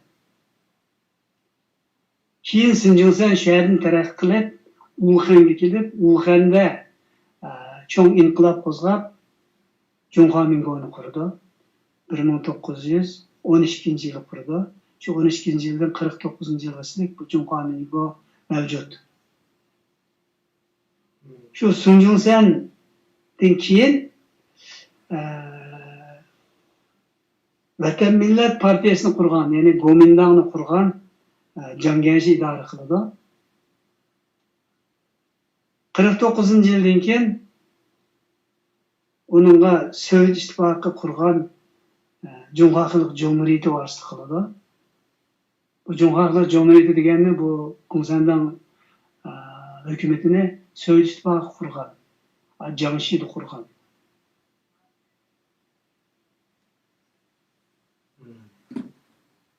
Endi 1942 yılı Cangençli Sovet İttifakı'nın kumaşçısı Şinseyni milletçilikке kızıktırıp Cumhur Mingo'ga ep ketidi. Vay biz degen bir millet tursak keldi. Hiç unumaganda Cangençli'nin hutunu Sungmeylen Ürümçi kelip onu kandak aldı de şu ep ketdi. Şinseyni işkirgi şu ep ketken. O Şinsey ketkendan keyin annekin bu Uygurlarda bir xil Şinsey'e karşı qo'zg'olonlar bo'lishga boshladi.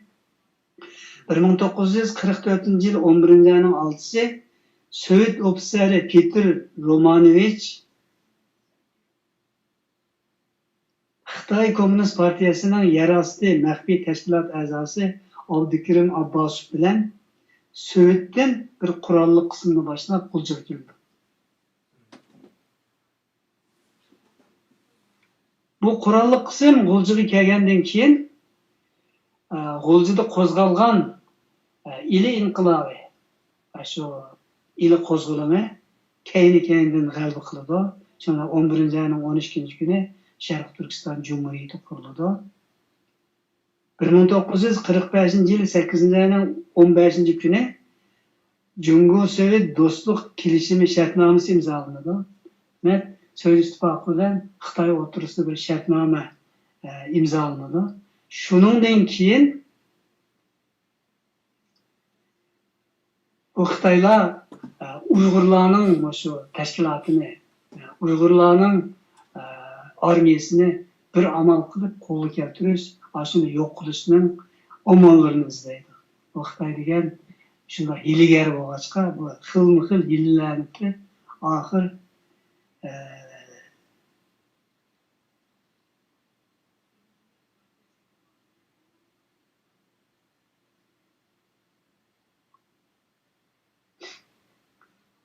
şu Sharq Turkiston Cumhuriyeti'nin qurolliq qo'shinlari, ya'ni Uyg'ur askeri qo'shinlari qurolliq urush orqali Manju davlatining tijovuzini uzil-kesil og'dirish oldida turganda, ya'ni Manas daryosiga kelganda Junho Mingo bilan suhbat o'tkazib, 11 bitim tuzib, qurolli kuchlarni Junho Halk Cumhuriyetiga o'tkazib turdi. Bununki asaslık müşahedeki mesullar kimlermiş şu? Manas Deryası'daki şu koşunlarımızın keyine kaytırışta rol oynayan hainler demdok ya ki nimdeyimiz rehberler demdok nimdep atayımız bularının halkımız bilivasın ki yani tarihimizdeki bu mağlubiyetimizin başlanışının ki mesulları kimler? Şu Manas Deryası aldıda şöyle kelgen vaqtda o Sharq Turkiston Cumhuriyeti'nin reisi İlham Türeni Sovet İttifakı çaqırtıp ketdi. Demek bir yerde naati çoğun bir kuch qaytib ketdi degan. Bizning reisimizde nemişqa ketding deydigan adam yo'q. Shuningdan keyin Ahmadjon Qosim bu mas'uliyatni ustiga oldi. Uning shu vaqtda endi Xitoy bularni bir suhbatga chaqirdi. Bezinda Junho Halk Cumhuriyetini qurish uchun siyosiy kengash elib berishga taklif qildi. Shu Sharq Turkiston Cumhuriyetining asosliq harbiy boshliqlari ham asosliq ma'muriy boshliqlarini. Shu vaqtda Ahmadjon Qosimning buningdan keyin sizlar Sayfiddinning buyrug'iga itoat qilinglar deb yozgan bir parcha xati bor ekan. Bir tasdiq bor ekan. Şundan keyin demek bu ular o tarafga manganda asıl Beijingdeki şu siyasi kengaş katılış için mangada Sovet İttifakı ketidi. Şundan keyin Sovet İttifakıda nem oldu. Bunu uqulamaydı. Bazı işlerde ötürüp etdiydi. O Sovet İttifakı ayrıklığı vakası yüz berdi. Bunun qaysi rast, qaysi yalan ve hazırlıçılık enik bir yapi yok. Endi şu monastiriyasıga ular ketip, Ahmetcan Qasımlar ketip, ketadigan vaqtda huquqni Said Mezisga o'tkazib bergan, şu monastiriyasida turib qolgan vaqtda Said'in mas'ul. Endi bu şu vaqtda monastiriyasidan o'tmaysizlar, o'tsanglar biz jazolaymiz deb shunday qattiq buyruq bo'lgan ekan. Buni endi şu vaqtda monastiriyasi to'xtab qolgan askarlar Erkin Asiya radiosiga bergan guvohliklarda shundoq deyildi endi. Shundan keyin bular monastiriyasidan o'tmaydi. Urumchiga yaqin şu vaqtda Xitoyning Kuomintangning Tosuya boshchiligidagi bir armiyasi shadi bor. Uning asosiy qismlari allaqachon yo'qolib bo'lgan, ketadiganlari ketib bo'lgan, shadi ozroq ko'p qo'shin emas bu.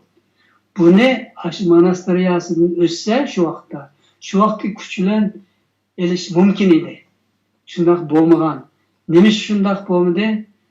Bu masala bizga aniq emas. Yani abay nima uchun o'tmaganligini bir yerda deganligini men ko'rmadim. Sizlar deylar Said'in mas'ul edi bu ishga deylar. Şu Ahmetcan Beijingdeki maslahatga manga vaqtda şu beş başlık manga vaqtda uni Said'ning buyrug'i bo'ysuninglar deb yezib bergan xat bor ekan. Hoş. Endi Yani şu qo'shinimizning milliy armiyamizningki taqilib ketganlik sababiga kirayli. Yani qanday taqit o'tildi? bu endi shu 11 bitimni tuzgan vaqtda 11 bitimda deyilmagan 11 bitimning yana bir qo'shimcha bitimi bor ekan. Biz shu bitim bo'yicha shu Janub ve her qaysi viloyat noiyalarda asosli rahbarlarni shu Uyg'urlardan qo'yamiz deganga Jangjujong butunlay ma'qul bo'lib ekan. Degan Şinjan degan ism qo'yib qolsa bo'ldi. Shuning bilan Sharq Turkiston degan bayroqni elib etib, Şinjan degan bayroqni tiklab, Şinjan degan ismni qabul qilish shu vaqtda boshlangan ekan. Shuningdan keyin endi monastiriyasidan o'tmadi, buni o'tsanglar biz jazolaymiz debdi. Sovet İttifakı avatgan odamlarini, bergan qurollarni shu vaqtda aketdi degan gap bor. Ammo o qurollarning hammasiga Uyg'urlar pul bergan, uning haqqini berib bo'lgan. Bizning shu vaqtga shu boylarimiz iqtisodining hammasidagidek shu Uyg'urlarning ozodligi uchun taqdim qilgan ekan. Musobaylar. Bular endi bu oldingi safda nima bo'ladi, kim yani qo'mondonlik qiladi, qo'mondonlikqa odamning kallasida nima xiyol bor, buni ular bilmaydi. Endi biz hozir nima uchun bu monastiriyasini o'tmadi desa, ba'zilarning ko'rsatishicha Sovet İttifakı o'zi avatgan askarlarni, bergan qurollarni olib ketdi deydi. Bunu sebep bulamaydı. Şu vaqtda monastiriyasini o'tib ketsa, o Sharq Turkiston Urumchini oladi. Janub degan allaqachon tayyor bo'lgan. Sharq Turkiston armiyasining bir qismi Oqsuv bo'lgan. Aksu'ga berip boğuşilik başka vilayet nailerden hemisi ulanı kollaydıgan avazlar kep boğan. Bu galbe kütüp boğan galbe etti. Ama bir yerde bir mesele, şu ikili mesele var. Birisi Şarkı Türk nime Şinjan degan isimni qabul qilganlik. Yana birisi Şarkı Türkiston armiyasini Xitoyning boshqarishiga o'tkazib berganlik. Endi bizda mesele yo'q. Biz bu hukumatni saqlab qolamiz. Bu hukumatni biz asosiy rahbarlikni biz ep bo'ldik. Bu Xitoylar bizga askilik qilmaydi deb. O'shunda qaraganlik. Endi shu keyingi 11 bitimde Uyg'urlar shu mag'lubiyatga uchraganligining sababi ikki masala.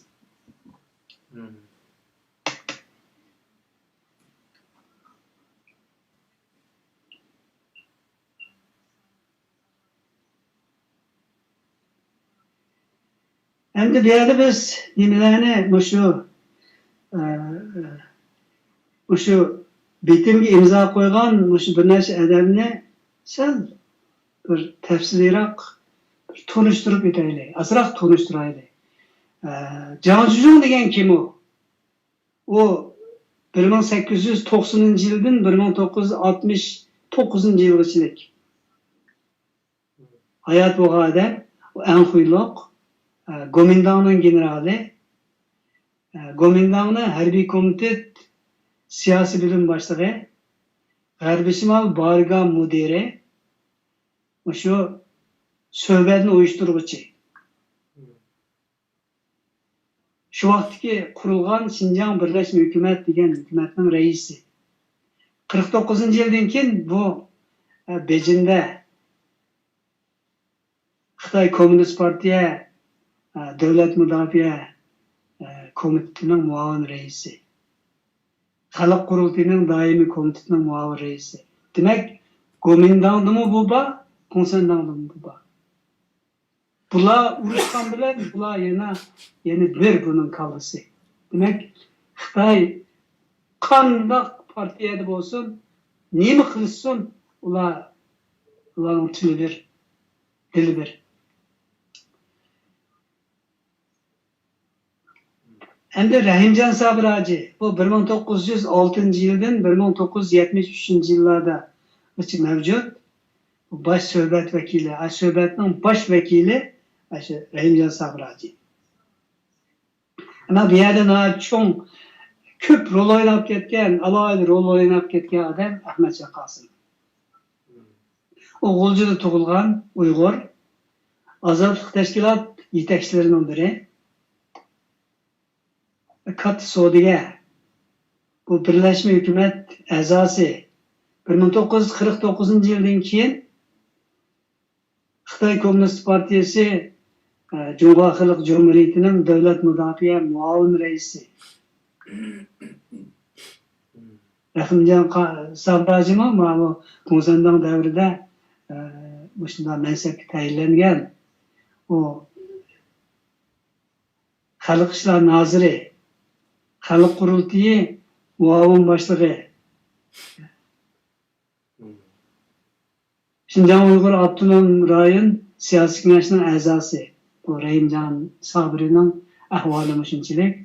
Endi Ubulxayri Pasha bu 1890-yildan 1979-yilgacha. Buni Ubulxayri Tura deb ataydi. Bu Tura darajalik boy Saudiya oilasida tug'ilgan. Bu Sharq Turkiston vaqtli hukumatining a'zosi. İli vilayetining muavin valisi, Şinjan o'lkalik Birleşme Hükümeti'nin a'zosi, hamda Şinjan Uyg'ur Abdunum rayonlik siyosiy kengashining a'zosi. Bu Ko'zandang davrida vazifaga qo'ygan. Endi Ahmetcan Qasım şu 1914-yildan 1949-yillargacha hayot. Uyg'ur, G'uljida tug'ilgan. Sovet İttifaqıda Moskva Kommunizm İnstitutida o'qigan.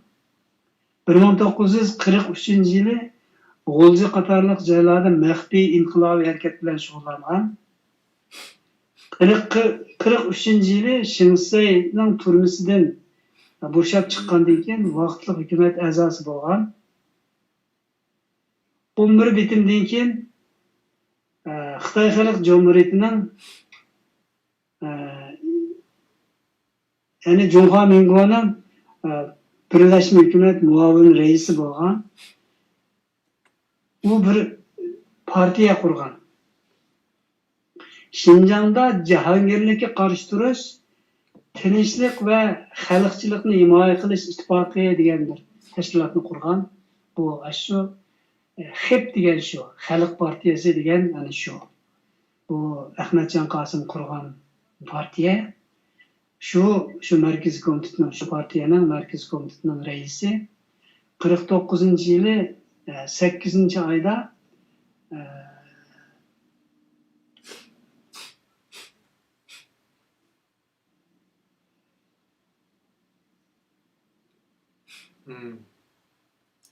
Xo'sh. endi Junxo Xalq Cumhuriyetini qurish uchun Beijingga siyosiy maslahatga mangan. Sovet İttifaqı onu aeroplan voqeasiga uchradi, qazo qildi deb e'lon qilgan. Uning izbosari Sayfiddin Azizi Mao Zedong bilan hamkorlashib Xinjiang Uyg'ur avtonom rayonini qurgan. Yani bu shu imzo qo'ygan odamlarning qisqacha ahvoli. Endi bizning shu mag'lubiyatimiz shu 11 bitimdan keyin. Shu 11 bitim bizga mag'lubiyat etkeldi. Shu kunni shu bitimga imzo qo'yganlikdan bo'lgan. Endi bu tarixdagi ochiq saboq. Mening deydigan gapim mushayichilik. Allah razı olsun, rahmet. Nayet yaxshi bir tarixiy masalalarni aydınlaştırıp berdi. Sizninki var alayidlikleri bir yerde xalqimiz biladi. Nayet ilmi, yani asası bo'lmagan har qanday narsalarni deyishdan, onu so'zlashdan nayet diqqat qildiganliklari har qanday suhbatimizda bilinib turadi. Şu sizdan olgan har qanday ma'lumotni biz ilim deb qaraymiz. Bumuz u yerden anlab olgan bu narsalarni xalqimiz jiq tortishib ketdi. Yani olimlarning, tarixchilarning, arxeologlarningki, haqiqiy ilm ahlininki so'ziga diqqat qilmay, ko'chada anglab olgan so'zlarga diqqat qilib, mayli Sharq Turkiston masalasi olsun, mayli Uyg'uriston masalasi olsun, mayli boshqa masalalarda jiq bir tortish bor. Undaqda xulosalagan vaqtida shu Uyg'urlar dastlabki 5 bitimda Xitoylar oldida hech qanday bir mag'lubiyat bo'lmay, g'olibiyatni qo'lga keltirib ekanmiz. 6-chi qitim biz urush qilmay Shiraning ustiga kelib, hatto shu Manas daryosidan 45 ming kishilik qo'shinni mening bilishimchamda keyniga qaytirib ketgan bir tariximiz bor. Del shu vaqtda mag'lubiyatimiz boshlanib ekan. Buni hamda yig'inchoqlab aytsak, biz Xitoyning oldida Shiraning, yani urushda yengilmadik, Shiraning ustida yengildik deb yig'inchoqlasak bo'ladimi? Yani sulhida. Bu endi xalq tili, xalq ashunda deb qaraydi. Biz Xitoy bilan urushda yengilmagan, hilida yengilib qoldik degan gap shu. Men bu fikrga qo'shilaman. Bu bir ochiq saboq. Bu biz uchun bir ochiq saboq. Yani unda bo'lganda agar bu so'zni sizlar qo'shilsizlar, Xitoy bilan urush qilmagan vaqtimizda yengilibdik degan gapga yig'inchoqlasak bo'ladi. Urush qilmagan vaqtimizda, urushdan yaltaygan, keynimizga qaytgan vaqtimizda qo'shinlarimizni. Bunga qanday qaraysiz? Endi men abayammo dedim. Biz nima uchun yengildik desa, Xinjiang degan ismni qabul qilganlik bu birinchi. İkincisi özümüzden kurallı kısımlarımızı Xitoyga o'tkazib berganlik. Mana mushuning yengildik.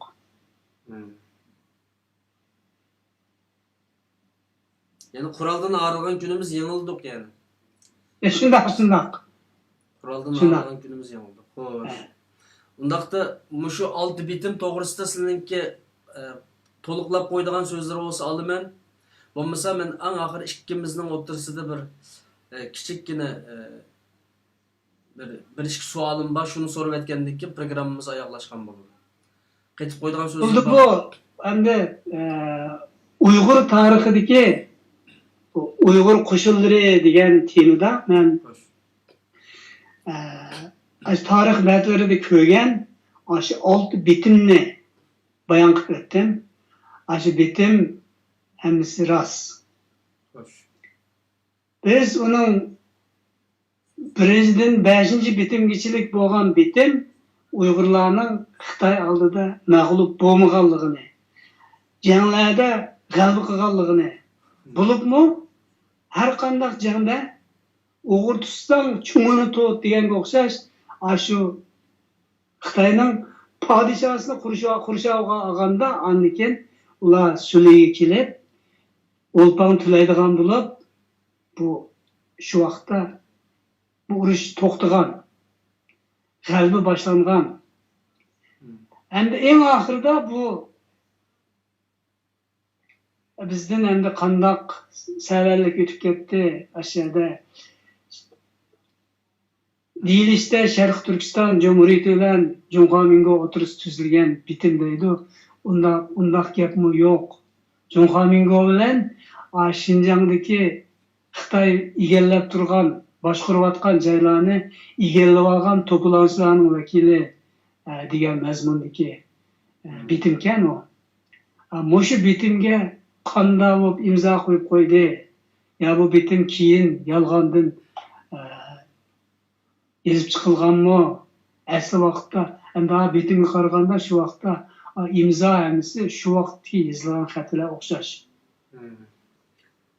Endi bu 6-bitim biz uchun bir nomus tarix. Mushu nomus tarixni biz asli tutishimiz kerak.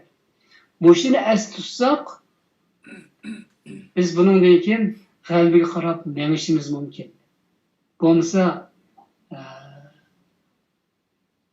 bütün millet bo'yicha yo'qolib ketish xavfi bor. Xo'sh.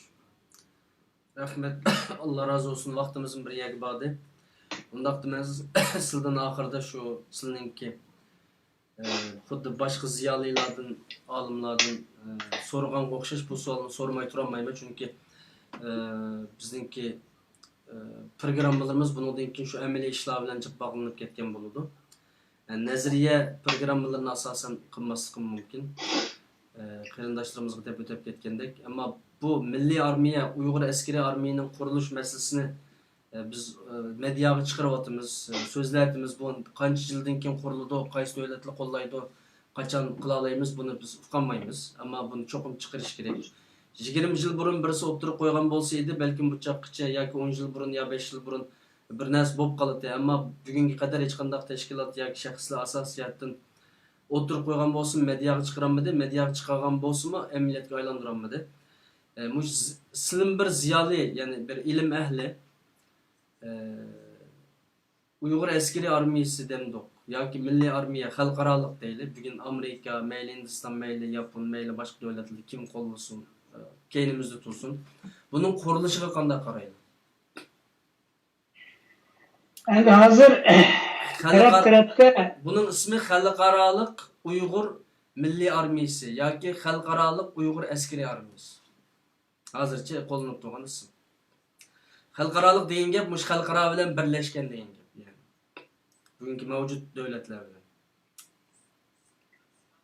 Hozir Uyg'urlar orasida, bo'libmi chet eldagi Uyg'urlar orasida biz endi askariy qo'shin Uyg'ur armiyasi qurmasak bo'lmaydi.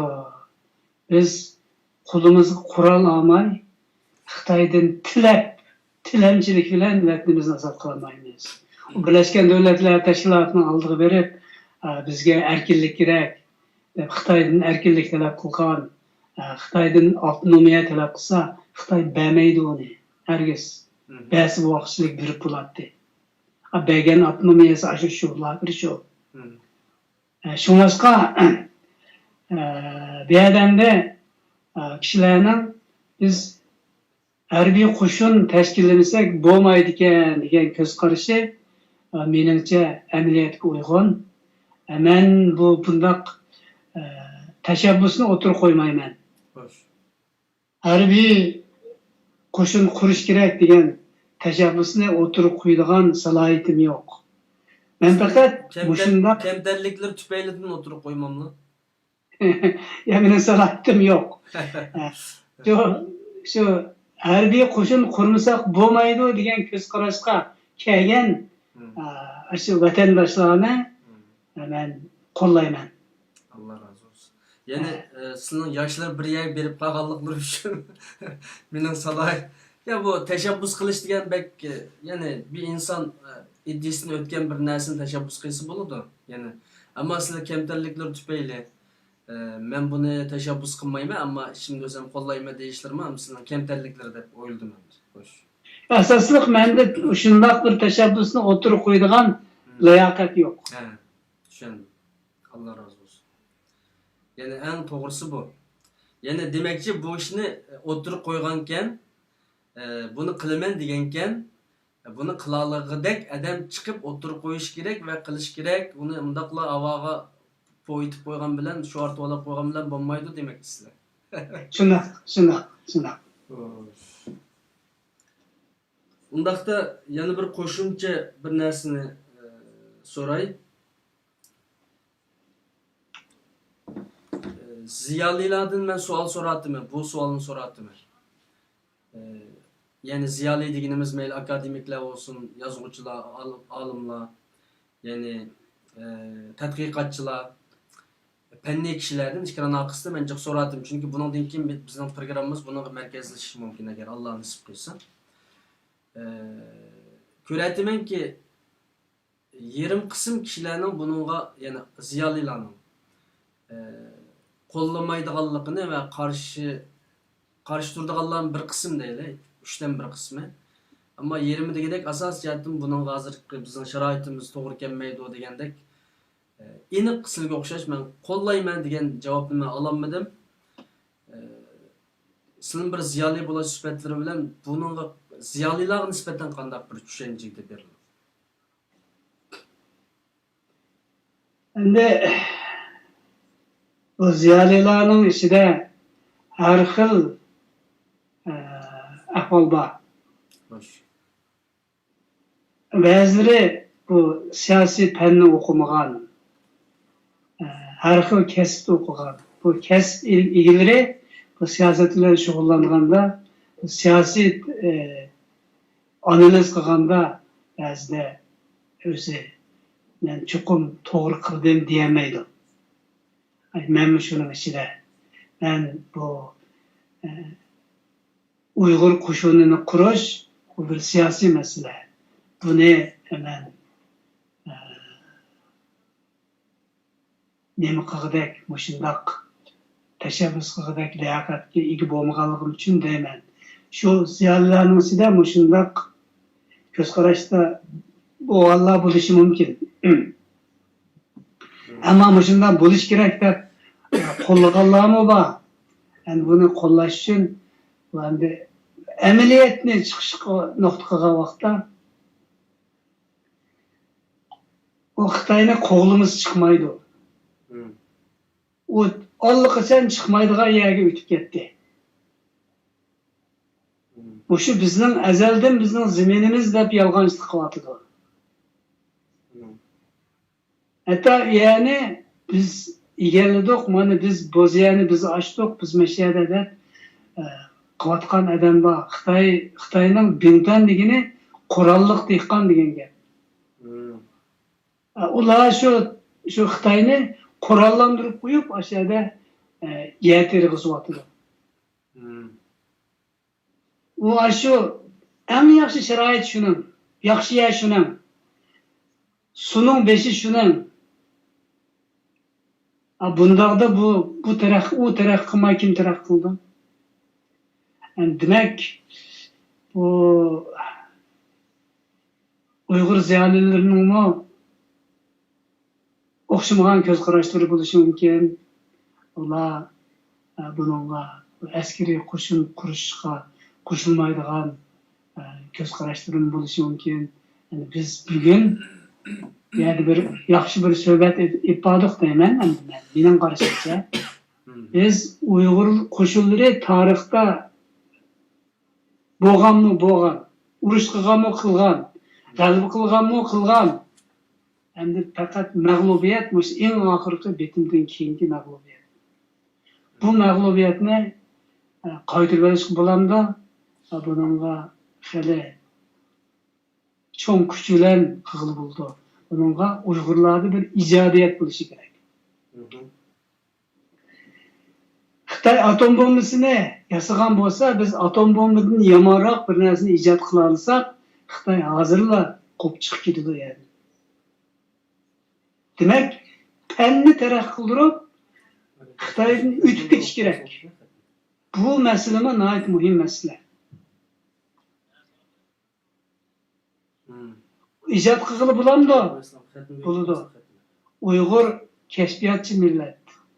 Dunyoda ko'pincha hunarni shu Uyg'ur kashf qilgan. Qilalaydi. O Xitoychi u doğraydigan millat.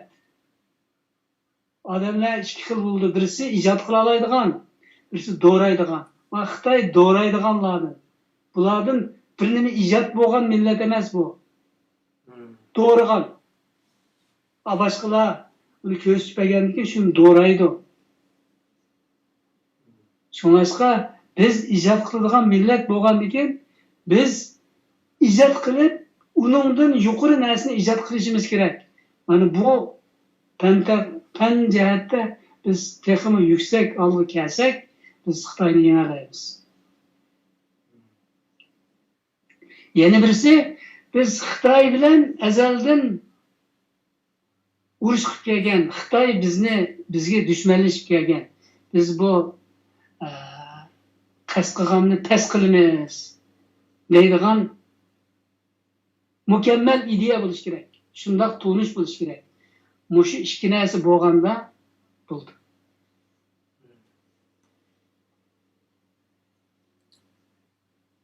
Allah razı olsun, rahmet. Bugün ait muhim bir team üstüde paranlaştık deb o'ylayman. Yani 30-40 yıldan beri namayishga chiqyapmiz. Siyosiy faoliyatlarimizning yo'lda bo'layotidu. Bugün dünya bizim tonudu, Şarkı Türkistan'ın tonudu, Uygurların tonudu, Xitay'ninki vahşiylikin tonudu, bu virüs bilen texmi tonudu. Ama bizning bunda bir xil sukut ichida jim yurganligimizdan bularni bir gumonga tushayotganligi aniq. Yani Uygurlar jimjit hozircha chet elda. Bizlar bek cho'ng bo'lib olamiz namoyishni. Namoyish qilish bizningki bizim siyasi hareketimizden bir küçük bir parçası. Biz onu belki burun çoğun parçası oluşu mümkün idi. Hazır nait nime. Ama Avrupa'da pek çoğun bilmeydim de namayış, bu diyen neslini xalqlı pek künep ketken namayış dese bir adamdan çıkıp bir narazılıkını ilmi şekilde ifadeleşi dep qaraydı. Herkes zulüm karşı durup köreş kılıvatkan, mücadele kılıvatkan, mındak ciddi bir hareket dep qaramaydı iken mındak qarasak. Çünkü namayış kılımız hareketim çetellikle mında qarab qo'yib o'tib ketadi. Voy kelib bizga yig'ilish bermaydi. Yoki voy sen beshimizin silab voy mushtaq nimaga namoyish qilyapsizlar deb hayron qolmaydi endi hisobda. Demak, o'g'lim namoyishni kichik tushirganligim emas, ammo buningdan kim markaziy tashkilotlarning, cho'ng tashkilotlarning namoyishni asos qilib mengishi bizningki inqilobimiz qilingan bir xiyonat deb qarayman. Yani qildiğaşın nime namoyish qilish, qildiğaşın nime namoyish qilish. 30 yıldan bir qilyapmiz, ama buningdan keyin endi bir amaliy ishlarga nisbatan tashkilotlarimiz, rahbarlarimiz buningga bir qadam bossin deb, chunki ba'zan gaplarni shu ko'chaga chiqib demasak, mediaga chiqib demasak qilmaydi ekan. Va uning hasad qilmaydi ekan. Masalan, bu programmani boshlagandan keyin biz qilamiz buni degan tashkilotlar chiqdi. Biz qilamiz. Biz qilsak to'g'ri bo'ldi deganlar chiqdi. Undan necha vaqtni nima uchun qilmadingiz desak, biz tayyorlik qilayotgan to'q dedi. 15-20 yil bo'ldi tayyorlik qilayotgan bo'lish mumkin ekan. Ama şunda çıkıp Milli Armiya kuruş doğrusunda bir gap çıkandan keyin nurgun teşkilatlar ve rehberler bunu iyi çıkmadı da Allah razı olsun. Demek ki biz doğru çıktık. Yani bu Milli Armiya, Milli Asker, Halkaralık Uyghur Askerini kuruş meselesinde teşkilatlarının əsitini qozğaş, rəhbərlərinin əsitini qozğaş planımız işə işibdi. Yani ular dərhal bununla qızıqıvatqanlar köp və qılımız dəvatqanlar köp. Yani əməli iş qıysaq, bunundan keyin deməkçi mən hesabda. Qurban Kunda olsununu köp saqlatmay, bunundan keyin bununla oxşayan məsələdə bolubmu şu Milli Armiya məsələsində, Milli Armiyanın quruluşu, onun içki sistemi, qanda urushlarni qildi, qayerda to'xtab qoldi degandek masalalarda agar zamonlar yetsa keyingi programmalarda buni deyishsak bo'ladi. Agar sizlar xohlasizlar. Chunki biz davomli bu masalani mediaga chiqib, buni amalga aylantirishga vasila bo'lib qolsak ajib emas deb qarayman. Mayli necha yil o'tib ketsin, u muhim emas, faqat bir narsani harakatga aylantirish muhim. Shunga balkim kelgusi zamonlarda yana sizlarni fikrini taklif qilishim mumkin. Qarindoshlar deydigan so'zlar olsa olma, bu programmamiz mishada oyoqlashgan bo'ldi. Yani biz Uygurlar şu çetelde Xitay'a karşı namayişini nihayet cık kıldık. Hoş. Bu namayişlerinin rolü ne oldu? Dünyaya, başka devletlerge Uygur'un Xitay'a narazılığı varken diyenini bildirişten başka rol oynamadı. O Xitay onda namayişini gözge ilip mi koymaydı? Xitay o namayış arkalık bizge birdiğanını bəmeydi. O namayişten Xitay korkmadı. Hazırım korkmaydı, kelgüsüde korkmamdı. Bunu mu oylap bakaydı. Şuna bizde yeni hareket buluş gerek. Xitay korkuduğun bir işini tepişimiz gerek. Onu halk özü tapalaydı. Mao fikirlerimin ait yeni fikir oldu. Yani Xitay korkuduğun bir işini tepişimiz gerek diyen sözleri aslında buna ait muhim pek stratejilik ve ilmi ait muhim bir yol yoruk dep oylayım ben bu sözü. Xitay korkuduğun bir işini tepişimiz gerek. Doğru. Meyli kurallık olsun, meyli başka şekilde olsun. Bununki klasik faaliyetlerimizle namayış katarlık. Biraz kızlarımız, ballarımız, xotinlarımız qıysa, xotin kişiler qıysa onu. Ma erkekler çıkıp bir Xitayni qo'rqitadigan bir iş qıysa demekçisizlar. Xo'sh, undaqda mishada oyoqlashsak bo'lamdi agar so'zlari tugagan bo'lsa. Bo'ladi, rahmat. Sizga ko'p Bugun rahmat. yaxshi suhbat qildik. Allah razı olsun. Undaq bo'lsa mishada uzitib qo'yma. Alloh emanet, Alloh dillarini salomat qilsin. Ko'ngillarini xotirjam qilsin, turmushlarini go'zal qilib bersin inshaalloh. Sizningki biraz rahatsız bo'lganliklarini, ya'ni badaniy jihatdan kasal bo'lsinmi hamda men anglab turdim hamda. Shunda olsun yani 2 ranga kelib hozir 2 soat shu o'tirib berdi. 2 soat o'tirmakmi tez. Aslida buni ko'rurmanlar ancha his qilmaydi, ammo biz hozir belimiz og'rigan bo'lishi mumkin. Shunga sizlarga ko'p rahmat aytaman yana. Qurban. Ma'qul, rahmat. Allohga emanet. Allohga emanet qo'shamiz. Allohga emanet. Aziz muhterem qarindoshlar, bugungi faoliyatimiz mishada. Yani sohbetimiz mishada yaklaştı. Sükut bilen, nihayet jimjitlik bilen bunu ko'rdi. Naq maydon telefon qildi, Allohga asosan bo'lmadi. Chunki ruhiyatimizni bir narsa chulg'ib olgan bo'lishi mumkin. Nihayet bir jimjitlik.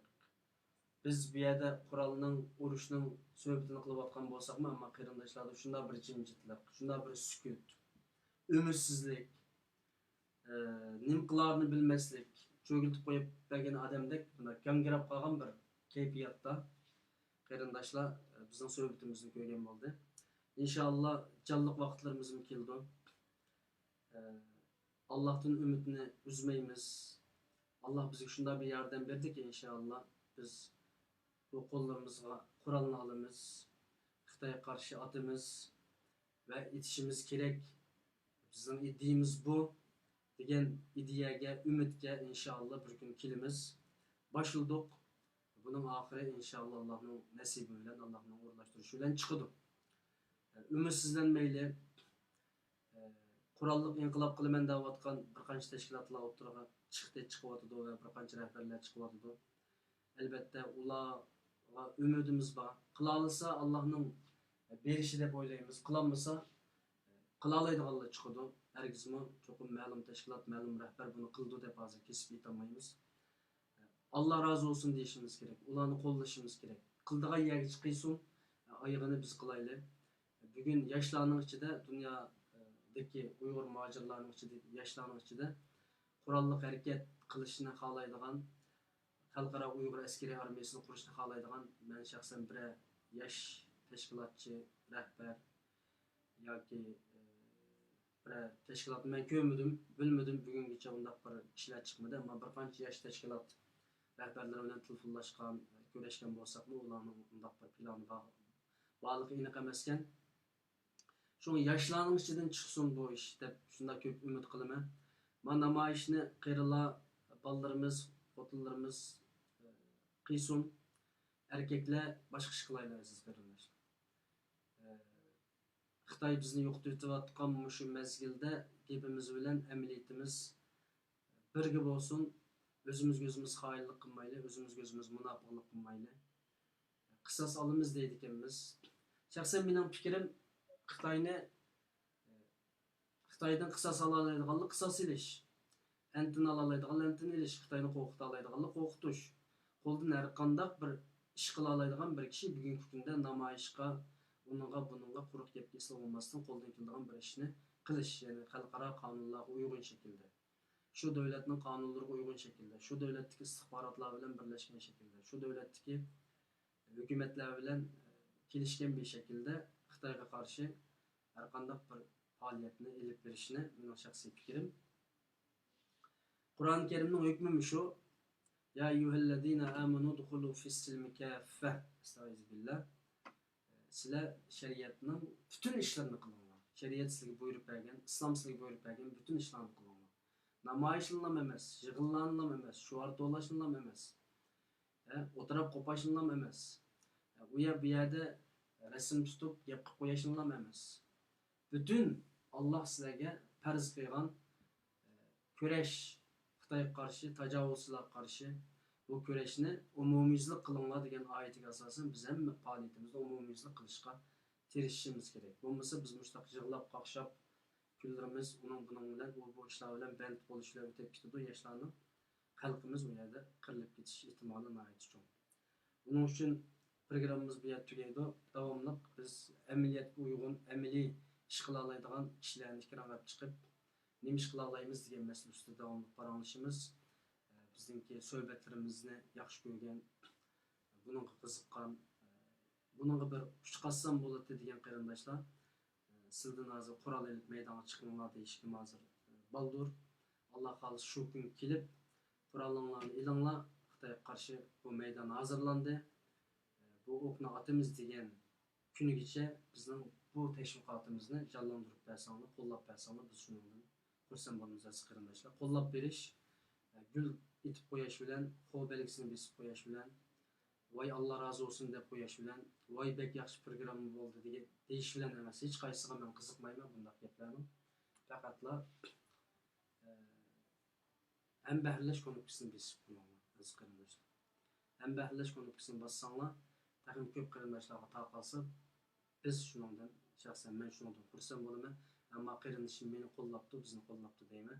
Bizim görüşümüzü qo'llabdi, bizim qurolliq xalqaroliq askariy qurolli qo'shin qurishimizningki bu boshlang'uchlariga bir o'ziningki bir kishilik hissini qo'shabdi deyman. Hammahlab qo'yinglar inshaalloh bir kuni bu suhbatlarimiz amalga aylanadi.